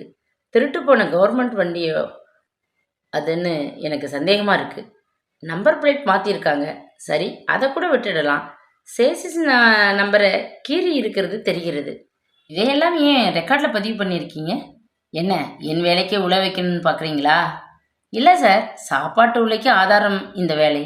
இதோட புனிதத்தன்மையை கெடுக்கக்கூடாதுன்னு தான் உள்ளது உள்ளதுபடி எழுதினேன். What you mean? அவர் நீண்ட பெருமூச்சு விட்டார். கைக்குட்டை எடுத்து துடைத்து கொண்டு இமைகளை படபடவென்று அடித்தார். சரி சரி என்றார், தனக்குத்தானே சொல்லிக் கொள்வது போல. உட்காருங்க என்று இருக்கையை காட்டினார். இருக்கட்டும் சார், சொல்லுங்க. நிமிர்ந்தார். 20 வயசுல பொது உடைமை பேசுற அதே ஆள் 40 வயசுல தனி உடைமை பேசுறது தவிர்க்க முடியாதது. இளரத்தம் உங்களுக்கு. கொடி பிடிக்கணும் எல்லாத்துக்கும் என்கிற வெறி இல்லை சோபனா? அது மெதட் இல்லை, எல்லாத்துக்கும் விரைச்சிக்கிட்டு நிற்க முடியாது. வளைஞ்சு கொடுத்து தான் ஆகணுமா? வன்முறை பேசுகிறவங்கிட்ட போய் காஞ்சி பரமஹம்சர்னு பேசிகிட்டு இருக்க முடியுமா? நான் சொல்ல வர்றது புரியுதில்ல. அழகாக பேசுகிறீங்க சார் என்று அவள் புன்னகைத்தாள். 20 வயசில் நியாயம் பேசுறது உலக வழக்கம்னு ஒத்துக்கிறீங்க. நானும் அந்த வழக்கத்தில் தானே இருக்க முடியும். தவிர இப்படி இளைய சமுதாயம் கூட தட்டி கேட்கலன்னா இலைமறைவு காய்மறையாக இருக்கிற ஊழல் இந்தியாவோட தேசிய பாரம்பரியத்தில் வெளிப்படையாக சேர்ந்துடுமே சார். நீங்களும் அழகாகத்தான் பேசுகிறீங்க என்றார் எரிச்சலுடன். சரி, கீழ்ப்படிதல் என்கிற ஒரு விஷயம் தெரியுமா தெரியாதா உங்கள் இளைய சமுதாயத்துக்கு? கட்டாயம் தெரியும் சார், ஆனால் ஒரு கரெக்ஷன். அவள் நிதானமாக சொன்னாள். எல்லா விஷயத்துக்கும் கீழ்ப்படிதல் என்கிறதில்லை, அடிப்படையில் நியாயம் இருக்கணும். Okay, let be come out. Veerabhadran வண்டிக்கு ஆர்சி போடணும், இது என்னோட ஆர்டர். என்ன சொல்கிறீங்க? பிரேக் இன்ஸ்பெக்டருக்கு சர்டிஃபிகேட் பண்ணட்டும், நான் ஆர்சி போடுறேன். அவ்வளவுதானே? அவ்வளவே தான். அதை நான் பார்த்துக்கிறேன். You can go. தேங்க்யூ என்று நாளடி எடுத்து வைக்கையில் மறுபடியும் அழைத்தார். ஒரு நிமிஷம். திரும்பினாள். மாதவி புது பொண்ணு, மற்ற மாநில வண்டிகளை பார்க்குற முக்கியமான சீட்டில் இருக்கு. அதை ட்ரெயின் பண்ண வேண்டியது என் டியூட்டி. லேட் சிட்டிங் பண்ணுறது அந்த பெண்ணோட டியூட்டி. உங்கள் இளைய சமுதாயத்தோட கருத்து கொள்கைன்னு அந்த பெண்ணையும் மாற்றிடாதீங்க என்றவரின் முகம் இருண்டு விட்டதை கவனித்தாள். இருக்கைக்கு வந்து மற்ற வேலைகளில் ஈடுபடும் போது வழக்கமான மனநிலையில் பாதிப்பு ஏற்பட்டிருப்பது தெரிந்தது. எதற்காக தெரிந்தே ஒரு குற்றத்துக்கு துணை போக நினைக்கிறார்கள்? அதுவும் வன்முறையே ஆயுதமாக கொண்ட ஒரு கும்பலின் தலைவனுக்கு அடியொருடியாய் இருப்பதற்கு ஏன் இப்படி ஓடுகிறார்கள்? படித்து பட்டம் வாங்கி பொறுப்பான வேலையில் இருப்பவன் இப்படி போக்கிரிகளின் எலும்பு துண்டுகளுக்கும் பச்சை நோட்டுகளுக்கும் இரையாகி போவதால் தான் சமுதாயம் நாளுக்கு நாள் அழுகி கொண்டு போகிறது. யாருக்குமே எதிர்கால பிரகாசம் பற்றி கவலை இல்லாமல் போனதே எப்படி? திடீரென்று பிரேக் இன்ஸ்பெக்டர் பற்றி ரவீந்தர் சொன்னது உரைத்தது அவளுக்கு. அதை நான் பார்த்துக்கிறேன் என்று எவ்வளவு உறுதியாக சொன்னார். எழுந்தாள். குரு ராகவ் எங்கே இருக்கிறான் என்று தேடிக்கொண்டு விரைந்தாள். ஆர்மி ட்ரக் ஒன்றை வெள்ளோட்டம் பார்த்து கொண்டிருந்தவனிடம் போய் நின்றாள். திரும்பினான். எஸ் சோபனா, சொல்லுங்க என்றான். வீரபத்ரன் வண்டி பற்றி பேசணும் சார். சொல்லுங்க. திருட்டு வண்டியோன்னு சந்தேகமாக இருக்கு எனக்கு. மார்ச்சில் ஒரு சர்க்குலர் இல்லையா? கவர்மெண்ட் வண்டிங்க திருடு போன லிஸ்ட்டோட அதில் இந்த மாருதி 1000 இருக்குது சார். கன்ஃபார்ம்டாக தெரியும் எனக்கு. சூப்பரண்ட் ஃபோர்ஸ் பண்ணுறார். மாடியிலிருந்து ரவீந்திரன் கழுகு கண்கள் அவள் மேல் நிலைத்தன. அப்பாவின் குரல் உற்சாகத்தை சுமந்து வந்து செவிகளை நிறைத்தது. அரிமா சங்கத்துக்காரங்க கொடுக்குற விருது பிரகாஷுக்கு கிடைச்சிருக்குமா இந்த வருஷம்? மாப்பிள்ளை இப்போத்தான் ஃபோன் பண்ணி விஷயத்தை சொன்னார்மா. ரொம்ப சந்தோஷம். சிறந்த தொழிலதிபர் என்கிற அறிமுக விருதாம் இது. ரொம்ப சந்தோஷம்மா என்கையில் உணர்ச்சி வசப்பட்டார். அப்படியப்பா என்றாள் அவள் கம்ப்யூட்டர் திரையை உரையை வைத்தபடி. சோபனா, மறந்துட்ட பார்த்தியா இந்த அப்பாவை? என்னப்பா சொல்கிறீங்க? 10 நாளைக்கு ஒரு தடவை வந்து உங்களை பார்ப்பேன்பான்னு சொன்னியேம்மா. 1 மாதத்துக்கு மேலாச்சேம்மா உன்னை பார்த்து. சாரிப்பா, நாளைக்கே வரேன்ப்பா. ஒரு விஷயம்மா, நம்ம பழைய ஸ்கூல் வாத்தியார்கள் எல்லாம் சேர்ந்து ரிஷிகேஷ் வரைக்கும் போகிறாங்களாம்மா. நானும் போயிட்டு வரட்டுமா? இது என்னப்பா கேள்வி? சந்தோஷமாக போயிட்டு வாங்கப்பா. கங்கை பாயிற புனிதமான அந்த ரிஷிகேஷ் ஹரித்வாருக்கு போக கொடுத்து வச்சிருக்கணுமே. மனது நிரம்பி வழிந்தது. ஹரிமா சங்கம் விருது கொடுத்திருக்கிறது. சிறந்த தொழிலதிபர் பிரகாஷ், சிறந்த புதுமுக தொழிலதிபர். பரிசு என்பது எந்த வயதிலும் எந்த காலத்திலும் இன்பம் கொடுப்பது. அங்கீகாரம் என்பதுதான் மனிதனின் ஆதாரம். நம்முடைய செயல்கள் பிறரால் மதிக்கப்பட்டு அதற்கு ஒரு அத்தாட்சி கிடைப்பது என்பது சாதனைதான். ஏனென்றால் பாராட்டுக்களுக்குத்தான் பஞ்சம் எப்போதும். கணவனுக்கு மிகவும் பிடித்த தூத்பேடா வாங்கி போகலாமா, இல்லை பாதுஷாவா என யோசித்தாள். எப்படி மலர்ந்து போய் அவன் சந்தோஷத்தை வெளிப்படுத்துவான் என்று நினைத்து பார்த்தாள். மறுபடி தொலைபேசி அடித்தது. எதிர்பார்த்தது போல் பிரகாஷ் தான். ரொம்ப சந்தோஷம் பிரகாஷ். அப்பா கிட்ட சொன்னீங்களாமே. My hearty congratulation. நீங்கள் மேலும் மேலும் சாதனை படைக்க என் வாழ்த்துக்கள் என்று பரபரத்தாள். தேங்க்யூ மை டியர் ஏஞ்சல் என்று அவனும் உணர்ச்சி வசப்பட்டு கரகரத்தான். எதிர்பார்க்கல சோபனா. 8 வருஷமா பட்ட பாட்டுக்கு பலன் சோபனா. மாலையா வந்து குமிஞ்சிட்ருக்கு. ஃபோன் விடாமல் அலறுது. மெம்பர்ஸ் அவ்வளவு பேரும் வந்துட்டாங்க. குறிப்பாக நம்ம ஃபேக்ட்ரி ஸ்டாஃப் எல்லோருக்கும் அவ்வளவு கொண்டாட்டம். நீ வந்த வேலை சோபனா. It's you. அப்புறம் பேசுகிறேன் என்று பரபரத்து அவன் வைத்து விட அவள் வேலைக்குள் புகுந்தாள். பேசாமல் நின்றாள் அவள். உட்காரேன், ஏன் நிற்கிற? 2 பக்கமும் பார்த்தாள். ஏதாவது பர்சனல் விஷயமாம்மா? எதுவானாலும் பரவாயில்லை, சொல்லு என்றாள் மெலிதாக. மேடம் வந்து சொல்லு. கம்ப்ளைண்ட் கொடுத்துருக்கீங்களா என்றாள் மாதவி தவிப்பாக. என்ன கம்ப்ளைண்ட்? திருட்டு வண்டிக்கு ஆர்சி புக் போட சொல்லி சூப்பரன் சொன்னாராமே.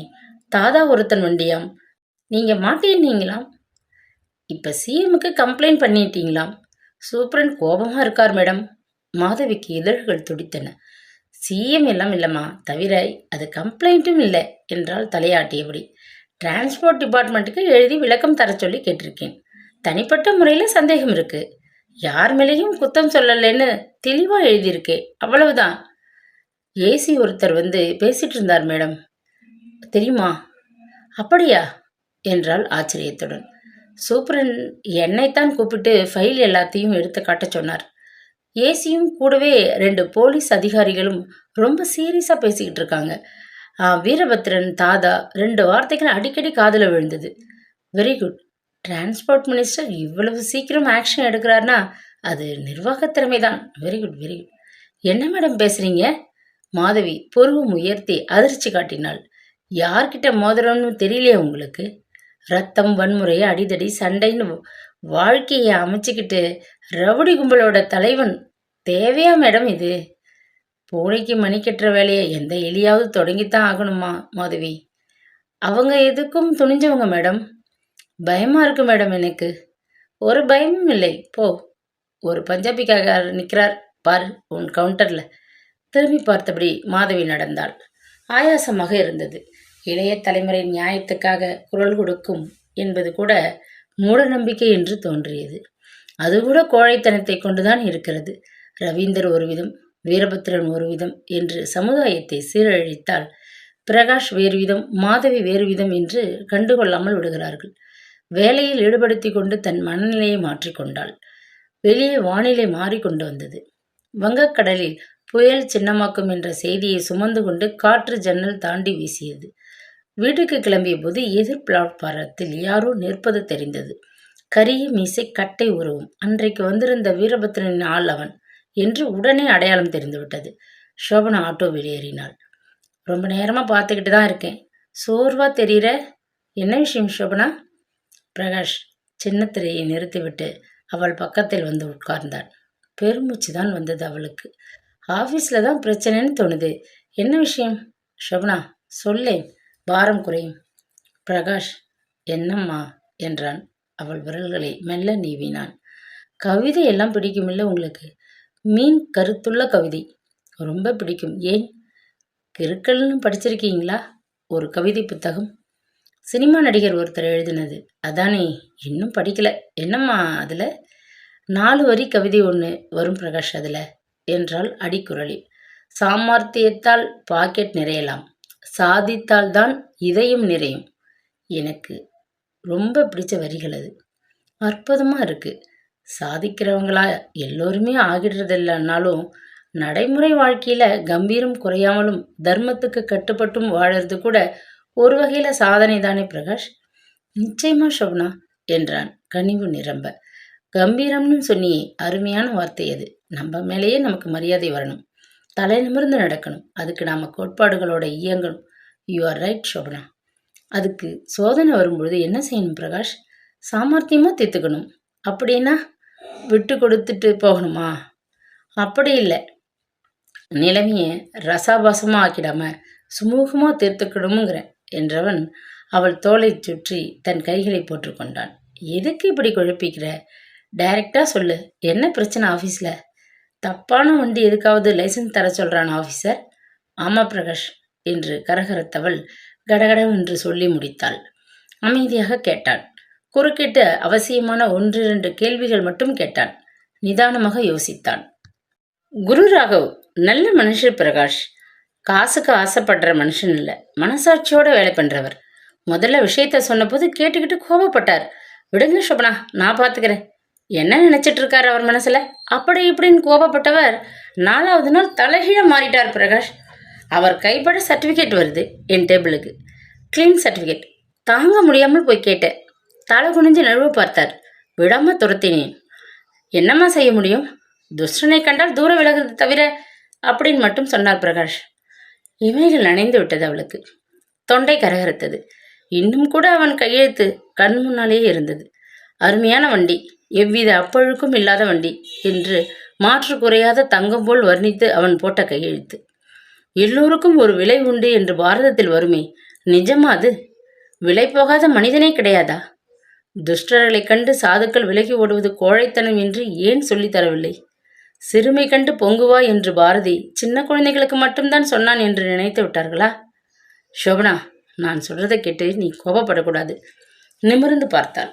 குரு ராகவ், அவர் செஞ்சதுல பெரிய தப்பு எதுவும் இல்லை சோபனா. நல்லா யோசிக்கிறப்ப புரியுது இது. What you mean Prakash? தப்பான வண்டிக்கு சர்டிபிகேட் கொடுத்தார், அவ்வளவுதானே? திருட்டு வண்டி பிரகாஷ், அரசாங்கத்துக்கு சொந்தமான வண்டி. தெரிஞ்சுதாம்மா சொல்றேன். மனசை தொட்டு சொல்லு. அரசாங்கம் முறையவா இயங்கிக்கிட்டு இருக்கு? மக்கள் வரிப்பணம் ஜாக்கிரதையாக கையாளப்பட்டு வருது. 50 லட்சம் செலவழிச்சு எம்எல்ஏ ஆகி வர்றவன் போட்ட பணத்தை மட்டுமா எடுப்பான்? குறைஞ்சது 10 மடங்கு லாபம் இல்லைன்னா வாழைப்பழம் வைக்கிறவன் கூட கடை போட மாட்டான் சோபனா. அரசியல் என்கிறது பிஸ்னஸ். அரசியல்வாதிகள் என்கிறவர்கள் வியாபாரிகள். தர்ம நியாயம் இதெல்லாம் 10ஆம் வசதித்தனம். அங்கே நீ ஒரு கவர்மெண்ட் சர்வெண்ட். நீ மட்டும் நியாயம் பேசுறது எப்படி செல்லுபடியாகும்? ஹோல் சிஸ்டமே ஊழல்ல சிக்கி உழலும் பொழுது தனிநபர் மட்டும் லட்சிய போராட்டம் நடத்த முடியாது. அது முட்டாள்தனம், வேற ஒன்றும் இல்லை. விடு சோபனா. பிரகாஷ் என்றாள். அதிர்ந்தாள். புத்திசாலினி, உலகம் தெரிஞ்சவ. நான் சொல்றது யதார்த்தம், ஒத்துக்கிறியா? சொல்லு. என்ன மாதிரி திங்க் பண்ணுவீங்கன்னு எதிர்பார்த்தேன் பிரகாஷ். ப்ராக்டிக்கலா இருக்க வேண்டாமம்மா. தெரிஞ்சே தப்பு பண்ணலாமா? சாக்கடையை விட்டு விலகி நடக்கலாம் இல்லையா? ரவீந்தரை ஒன்றும் சொல்லக்கூடாதுன்னு நினைக்கிறீங்களா? ஒரே ஒரு ரவீந்தர் தான்னா பிரச்சனைன்னா தாராளமாக போராடலாம் சோபனா. 1000 ரவீந்தர்கள் தான் இயங்குகிறாங்க அரசாங்க எந்திரத்தை. இல்லை பிரகாஷ். என்ன சொல்ற?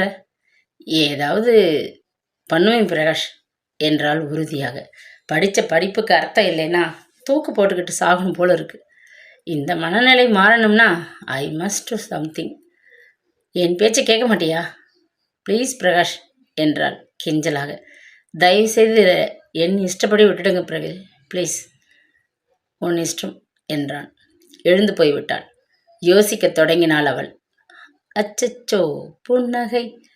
பிரகாஷ் உற்சாகமாக பாடிக்கொண்டிருந்தான். டெலிவிஷனில் MTVக்காரர்கள் ஆர்ப்பாட்டமாக ஆட, தாழம்பூ ஊதுபத்தி வாசனையை அள்ளிவிட, டேபிள் மேல் அவன் வாங்கி வந்திருந்த மல்லிகை பந்து வீடு முழுக்க மனம் பரப்ப, திருவிழா போன்ற கொண்டாட்டத்தில் சுற்றுப்புறமும் சூழலும் குஷியாக இருந்தன. சமையல் அறையில் நுழைய போனவளின் பின்னாலேயே ஓடி வந்து அணைத்து கொண்டான் அவன். No cooking, no working. இப்பவே கோமலாஸ் போகிறோம், பஃபே சாப்பிட்றோம், நைட் ஷோ கபி குஷி பார்க்குறோம். செம்ம மோட்ல இருக்கேன் நான் என்று முதுகில் முத்தங்கள் பதித்தான். குறுகுருவென்று இருந்தது. தள்ளியபடி அவள் புன்னகைத்தாள். நானும் ரொம்ப சந்தோஷமாக தான் இருக்கேன் பிரகாஷ். மோசமான உலகம்தான் இது. ஒவ்வொரு படியாக ஏறி ஏறி மேலே போகிறதுக்குள்ள காலை வாரிவிட பின்னாலேயே வரிசையை ஆட்கள் காத்துக்கிட்டு இருக்கிற குள்ளநரி உலகம். இதில் ஜெயிச்சு கொடி நாட்டுறது என்கிறது உண்மையிலேயே சாதனை தான் பிரகாஷ். ஐ ஆம் சோ ஹாப்பி. மகாராணி நீ தெரியுமா என்று அவள் முகத்தை 2 கைகளாலும் தாங்கினான். வேலைக்கு போய் கண்டவங்கிட்ட எதுக்கு பேச்சு வாங்கணும் சொல்லு? ராஜாத்தி மாதிரி வீட்டை ஆட்சி பண்ணிக்கிட்டு இருக்கலாம்ல. சொந்த காலில் நிற்கணுங்கிறது எனக்கு நானே ஏற்படுத்திக்கிட்ட கொள்கை பிரகாஷ். விட முடியுமா என்றாள் அவன் கரங்களை விளக்க முயன்று. அதனால்தான் நானும் இத்தனை நாள் சொல்லாமல் இருந்தேன் சோபனா. இப்பொழுது எனக்கும் ஒரு சிறப்பான அந்தஸ்து வந்தாச்சு. என் முகமும் முகவரியும் வெளியில தெரியவும் தொடங்கியாச்சு. என் மனைவி இனிமே ராணியாட்டம் இருக்கணும் என் அரண்மனையிலன்னு நினைக்கிறேன். தப்பில்லையே இதுல. கொஞ்சம் டைம் வேணும் பிரகாஷ். எவ்வளவு வேணா எடுத்துக்கோ, ஆனா என்னை சந்தோஷப்படுத்துற முடிவா சொல்லு போதும் என்று சிரித்தவன் மறுபடியும் அவளை இழுத்து அணைத்து கொண்டான். எனக்கே எனக்கு மட்டும்தான் நீ. Yes, you are for me. You are everything for me. Okay okay என்று விலகி குளியல் அறைக்கு ஓடினாள். 10 நிமிஷத்தில் ரெடி ஆகிடுறேன், நீங்களும் ரெடி ஆயிடுங்க. அப்ப நானும் வரட்டுமா குளிக்கிறதுக்கு? ஆசை தோசை. அவள் உடனடியாக கதவை மூடிக்கொள்ள அவன் முகம் குழந்தை போல் ஏமாற்றத்தை பிரதிபலித்தது. தண்ணீர் பட்டு உடலில் இருந்து நழுவும் பொழுது சோர்வும் எரிச்சியும் கூட நழுவின. உற்சாகம் கூடுதலாய் பற்றி கொண்டது. பீரோ திறந்து புத்தம்புது ஜாம்தானி பிரிண்டட் போட்ட வெளிர் நீல சேலையும் மிக பொருத்தமான ஜரிகை ஜாக்கெட்டும் அணிந்து கொண்டாள். பளிச்சென்று இருந்த முகம் கருவிழிகளில் மை தீட்டப்பட்டவுடன் மேலும் ஒளிவிட்டது. நிறமற்ற லிப்ஸ்டிக் இதழ்களின் ஈரப்பசையை அழகாக மெருகூட்ட நீண்ட கரிய திலகப்பொட்டுடன் கரிய புருவமும் கச்சிதமாக தம் பங்கை சேர்த்தன. கண்ணாடியில் தெரிந்த தன் உருவத்தை சந்தோஷமாக பார்த்தாள் அவள். ஆள் பாதி ஆடை பாதி என்பது எவ்வளவு நிஜம்! நைட்டியிலும் சின்ன பொட்டிலும் மறைந்து கிடந்த அழகை ஜஸ்ட் 5 நிமிட அலங்காரம் எங்கிருந்து தேடி எடுத்து வந்து விட்டது? கொஞ்ச நேரத்துக்கு முன்னாடி அழுக்கு ட்ரெஸ்ல ஷோபனான்னு ஒரு பொண்ணு இருந்தாளே, எங்கே போயிட்டா? பிரகாஷ் கன்னத்தில் கை வைத்தபடி கேட்க அவள் அடிப்பது போல் அவன் முதுகில் குத்தினாள். லாரா தத்தாவா, பிரியங்கா சோப்ராவா, யார் நீ என்று விழித்தவனை வலிக்காமல் கிள்ளினாள். உலக அழகியெல்லாம் கூட வந்தா நான் எங்கேயுமா போவேன் பர்சனாலிட்டிக்கு என்று அவன் மேலும் ஊடல் காட்ட கிளம்பினார்கள். கோம்லாஸ் வழக்கம் போல பிரமாதமான அறுசுவையுடன் காத்திருந்தது. பஃபே நடக்கும் ரெஸ்டாரண்ட்டுக்குள் அவள் கைப்பற்றி கொண்டு நுழைந்தவன் முதலில் ஒரு தட்டை எடுத்து எல்லா ஐட்டங்களும் நிறைய நிறைய குவித்து அவளிடம் கொடுத்தான். தானும் எடுத்துக்கொண்டான். ஐயோ, இவ்வளவா என்று திகைத்தவளை கண்களாலேயே கட்டுப்படுத்தி சாப்பிட வைத்தான். வாழ்நாளிலேயே வயிறு புடைக்க அன்றுதான் சாப்பிட்டாள். நடக்க முடியாமல் தடுமாறியவளை பார்த்து சிரித்தபடி வெளியே அழைத்து வந்தான். டாக்ஸியில் ஏறி தேவி காம்ப்ளெக்ஸ்க்கு வந்தார்கள். அவளுக்கு மிகவும் பிடித்த அமிதாப்பும் அவனுக்கு மிகவும் பிடித்த கஜோலும் நடித்த கபி குஷி படம் அவர்களுக்காகவே காத்திருந்தது. ஆர்வத்துடன் பார்த்தார்கள். கரண் ஜோஹர் என்கிற புதுமுக இளைஞனின் வித்தியாசமான இயக்கத்தில் தங்களின் அபிமான நட்சத்திரங்களின் அட்டகாசமான நடிப்பை பார்த்து பரவசப்பட்டார்கள். வெளியே வந்தபோது அதிர்ச்சி காத்திருந்தது. அடைமழை கொட்டி கொண்டிருந்தது. 3 மணி நேரமாக மண்ணை துளைத்து கொண்டிருந்தது என்றார்கள். விடாமல் கெட்டியாக கொட்டியபடி இருக்கிறது என்றார்கள். மின்சாரம் துப்புரவாய் நின்றிருக்க ஆட்டோக்களும் டாக்ஸிகளும் கண்ணில் படாத இருட்டும் நடு இரவை பயங்கரமாக ஆக்கிவிட்டிருந்தது. மை காட், என்ன பிரகாஷ் இது? அவள் கணவனின் தோளை பற்றி கொண்டாள். எப்படி போக போகிறோம்? பயமா இருக்கு பிரகாஷ், இந்த இருட்டு. பயப்படாதே என்றவன் அவளை தியேட்டர் வெளிச்சத்தில் நிறுத்திவிட்டு 2 நிமிடங்களில் ஒரு ஆட்டோவுடன் வந்தான். வரவே மாட்டேன்னிட்டார் டிரைவர். 4 மடங்கு பணம் கொடுக்கிறேன்னு சொல்லி கூட்டிட்டு வந்திருக்கேன். ஏறு ஷோபனா, குயிக். ஏறிக்கொண்டாள். ஊசியாய் இறங்குகிற கனத்த நீர்த்தாரைகளை விலக்கி கொண்டு ஆட்டோ விரைந்தது. மெயின் தெரு கடந்து உள் சந்தில் புகுந்தது. 3 நிமிடங்கள் கடந்திருக்கும். திடீரென்று ஒரு கும்பல் ஆட்டோவை நிறுத்தியது. கட்டை வைத்திருந்த ஒருவன் டிரைவர் முன்னால் இருந்த கண்ணாடியை ஓங்கி அடிக்க சில்லாய் சிதறியது. ஹேய், என்ன என்று பிரகாஷ் பார்ப்பதற்குள் ஆட்டோ டிரைவர் ஓடிவிட கும்பல் அவனை இழுத்தது. மண்டையில் அதே கட்டையால் சரமாரியாக தாக்கியது. மயங்கி விட்டான் என்று தெரிந்ததும் அவளை இழுத்தது. துப்பறிகிற வேலையாடி பண்ற? போக்குவரத்து மினிஸ்டருக்கா கம்ப்ளைண்ட் பண்ற என்று கர்ஜித்தபடி அதே கரிய முகத்து மனிதன் அவளை அரைந்து கீழே தள்ளினான். 4 முரட்டு உருவங்கள் அவள் மேல் பரவின. முதலாக வீட்டுக்குள் வந்து அடுப்பை பற்ற வைத்த போது தேவானின் கை நடுங்கியது. எப்படியோ சமாளித்து கொண்டு அடுப்பை பற்ற வைத்தாள். பால் பாத்திரத்தை மேலே வைத்தாள். இருந்த பழைய டிகாஷனுடன் சேர்த்து காஃபி தயாரித்து கொண்டாள். 2 கோப்பைகளில் விட்டுக்கொண்டு ட்ரேயில் வைத்தபடி ஹாலுக்கு வந்தாள். நடுவில் பெரிய சோபா. அதன் 2 பக்கங்களிலும் தனித்தனி சோஃபா நாற்காலிகள். ஆளுக்கு ஒருவராக உட்கார்ந்திருந்தார்கள். ஐயா, இந்தாங்கய்யா காஃபி என்று நீட்டினாள். பிரகாஷ் அப்படியே இருந்தான். கல்லால் செய்தது போல் இறுகி இருந்தது முகபாவம்.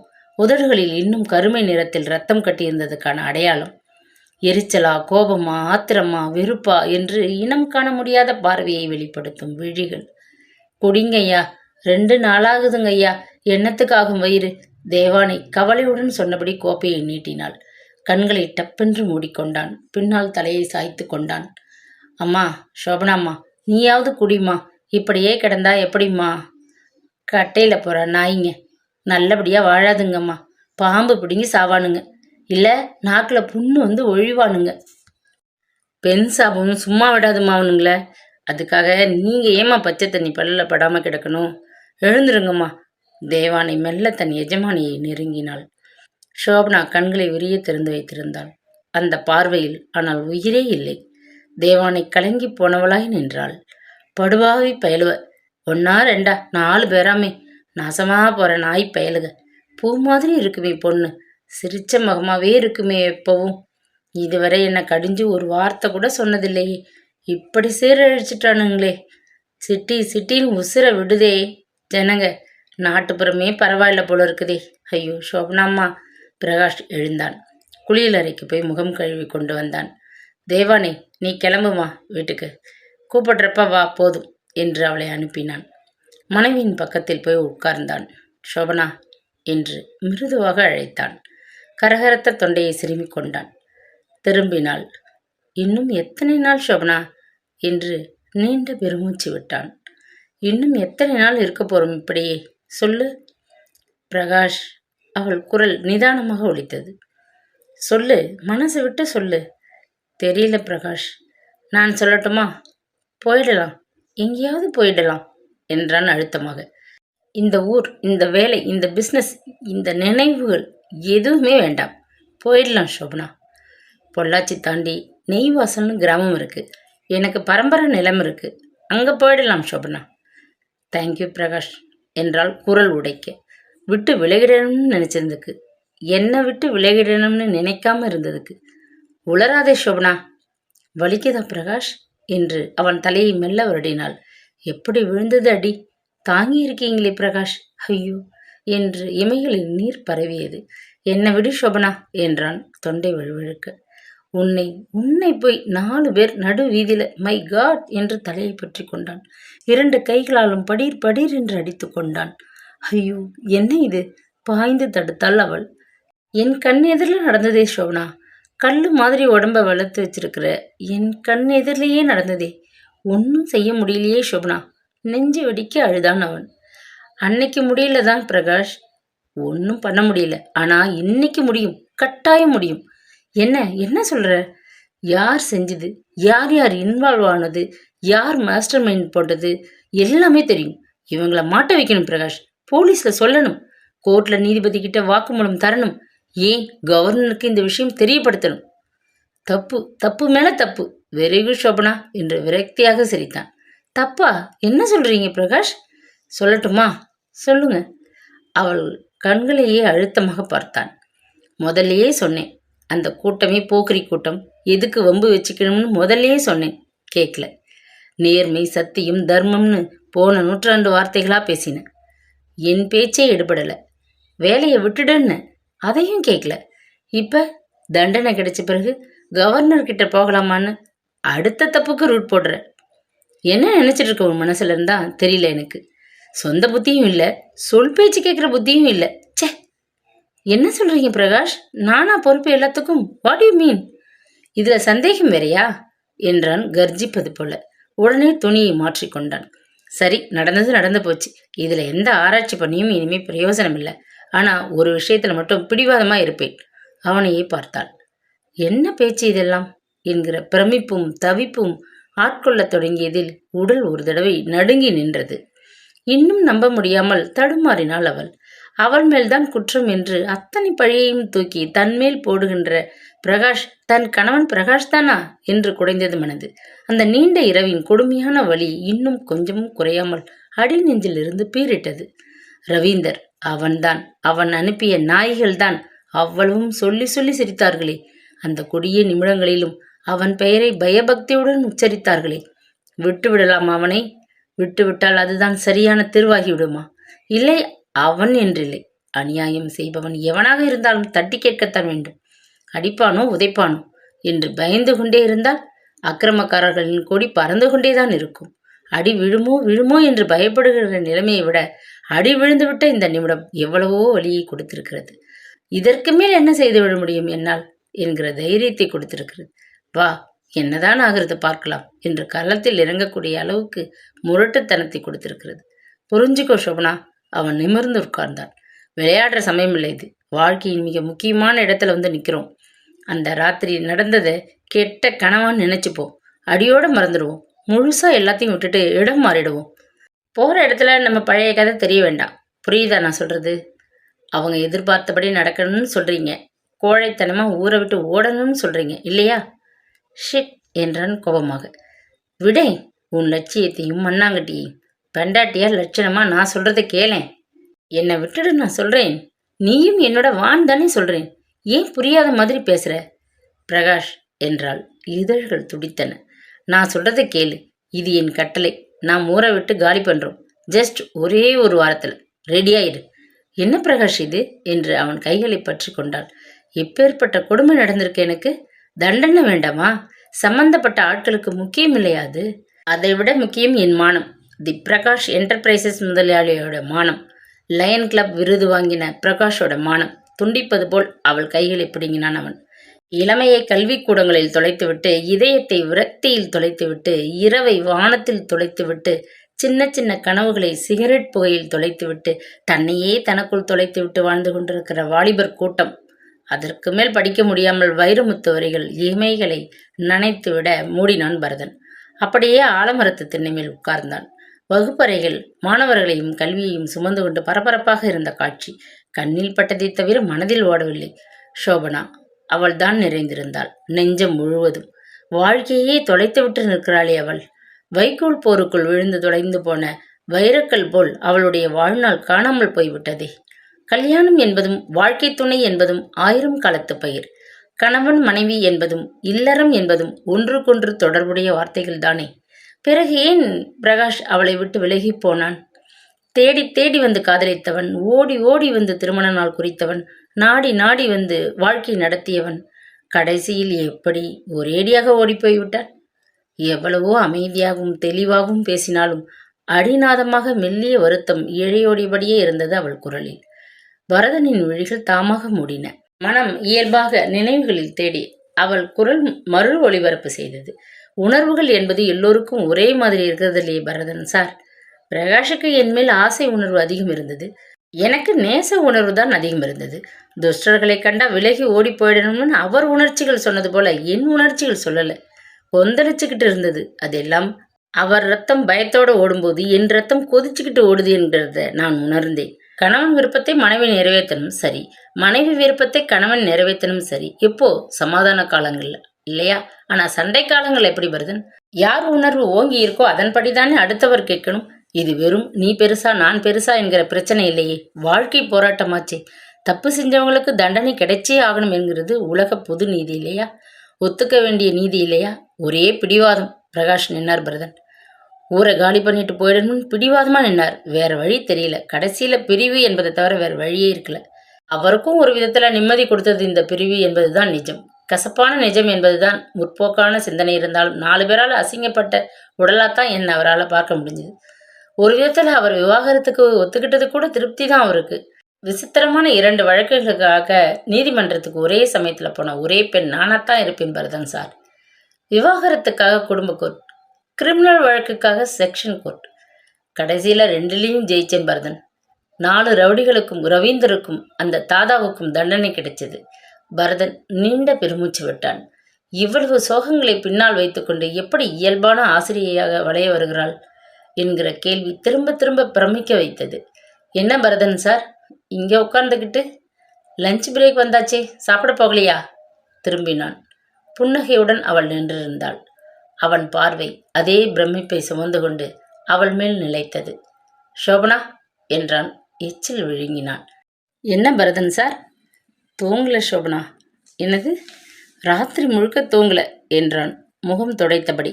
உங்க குரல், வார்த்தைகள், முகபாவம், அந்த சோகம், லேசான புன்னகை, மெல்லிய கரகரப்பு, இதேதான் சோபனா. திரும்ப திரும்ப இதேதான் ஓடிட்டு இருந்தது மனசு பூரா. சாரி சார், என் கதை உங்களையும் தொந்தரவு பண்ணி இருக்கு. I am sorry. வெளிப்படையாக ஒன்று கேட்கணும் சோபனா. கேளுங்க சார். நாம ஏன் கல்யாணம் பண்ணிக்க கூடாது? புன்னகைத்தாள். மறுபடியும் முகம் துடைத்து கொண்டான். ஒரு மரத்து பறவைகள், ஊனப்பட்டவர்கள், ஒருத்தர் வழியை அடுத்தவர் உணர்ந்தவர்கள். நாம ஏன் ஆறுதலாக இருக்கக்கூடாது சோபனா? விளையாட்டு கேள்வி இல்லை இது. இரவு முழுக்க யோசிச்சு கேட்ட கேள்வி. மைதானங்களில் குழுக்களாய் அமர்ந்து உணவருந்தி கொண்டிருந்த குழந்தைகளை அவள் இயல்பாக பார்த்தாள். நீல வானின் கடையோரம் வெள்ளை குட்டி மேகம் தாழ்வாக பிறந்தது. பரதன் சார் என்று திரும்பினாள். கிட்டத்தட்ட 1.5 வருஷமா என் கூட வேலை பண்றீங்க. என்கிட்ட வெளிப்படையா தெரிகிற குணம் என்ன சார்? இரக்கமான மனசு, ஏழை குழந்தைகளுக்கு இலவச டியூஷன் எடுக்கிற ஈரத்தன்மை. சரி, அப்புறம்? தைரியமான பிஹேவியர். தெளிவா சொல்ல முடியுமா? தப்புன்னு பட்டதுன்னா உடனே கேட்டுற தன்மை. லைப்ரரியில் புஸ்தகங்கள் குறையுதுன்னு முணுமுணுப்பு வந்ததுமே தானா வேலையில் இறங்கினது. யார் யார் புஸ்தகம் திருடுறாங்க, எங்கே கள்ளத்தனம் இருக்குதுன்னு கண்டுபிடிச்சது. ஹெட்மாஸ்டர் கிட்ட சொல்லி ஆக்ஷன் எடுக்க வச்சது.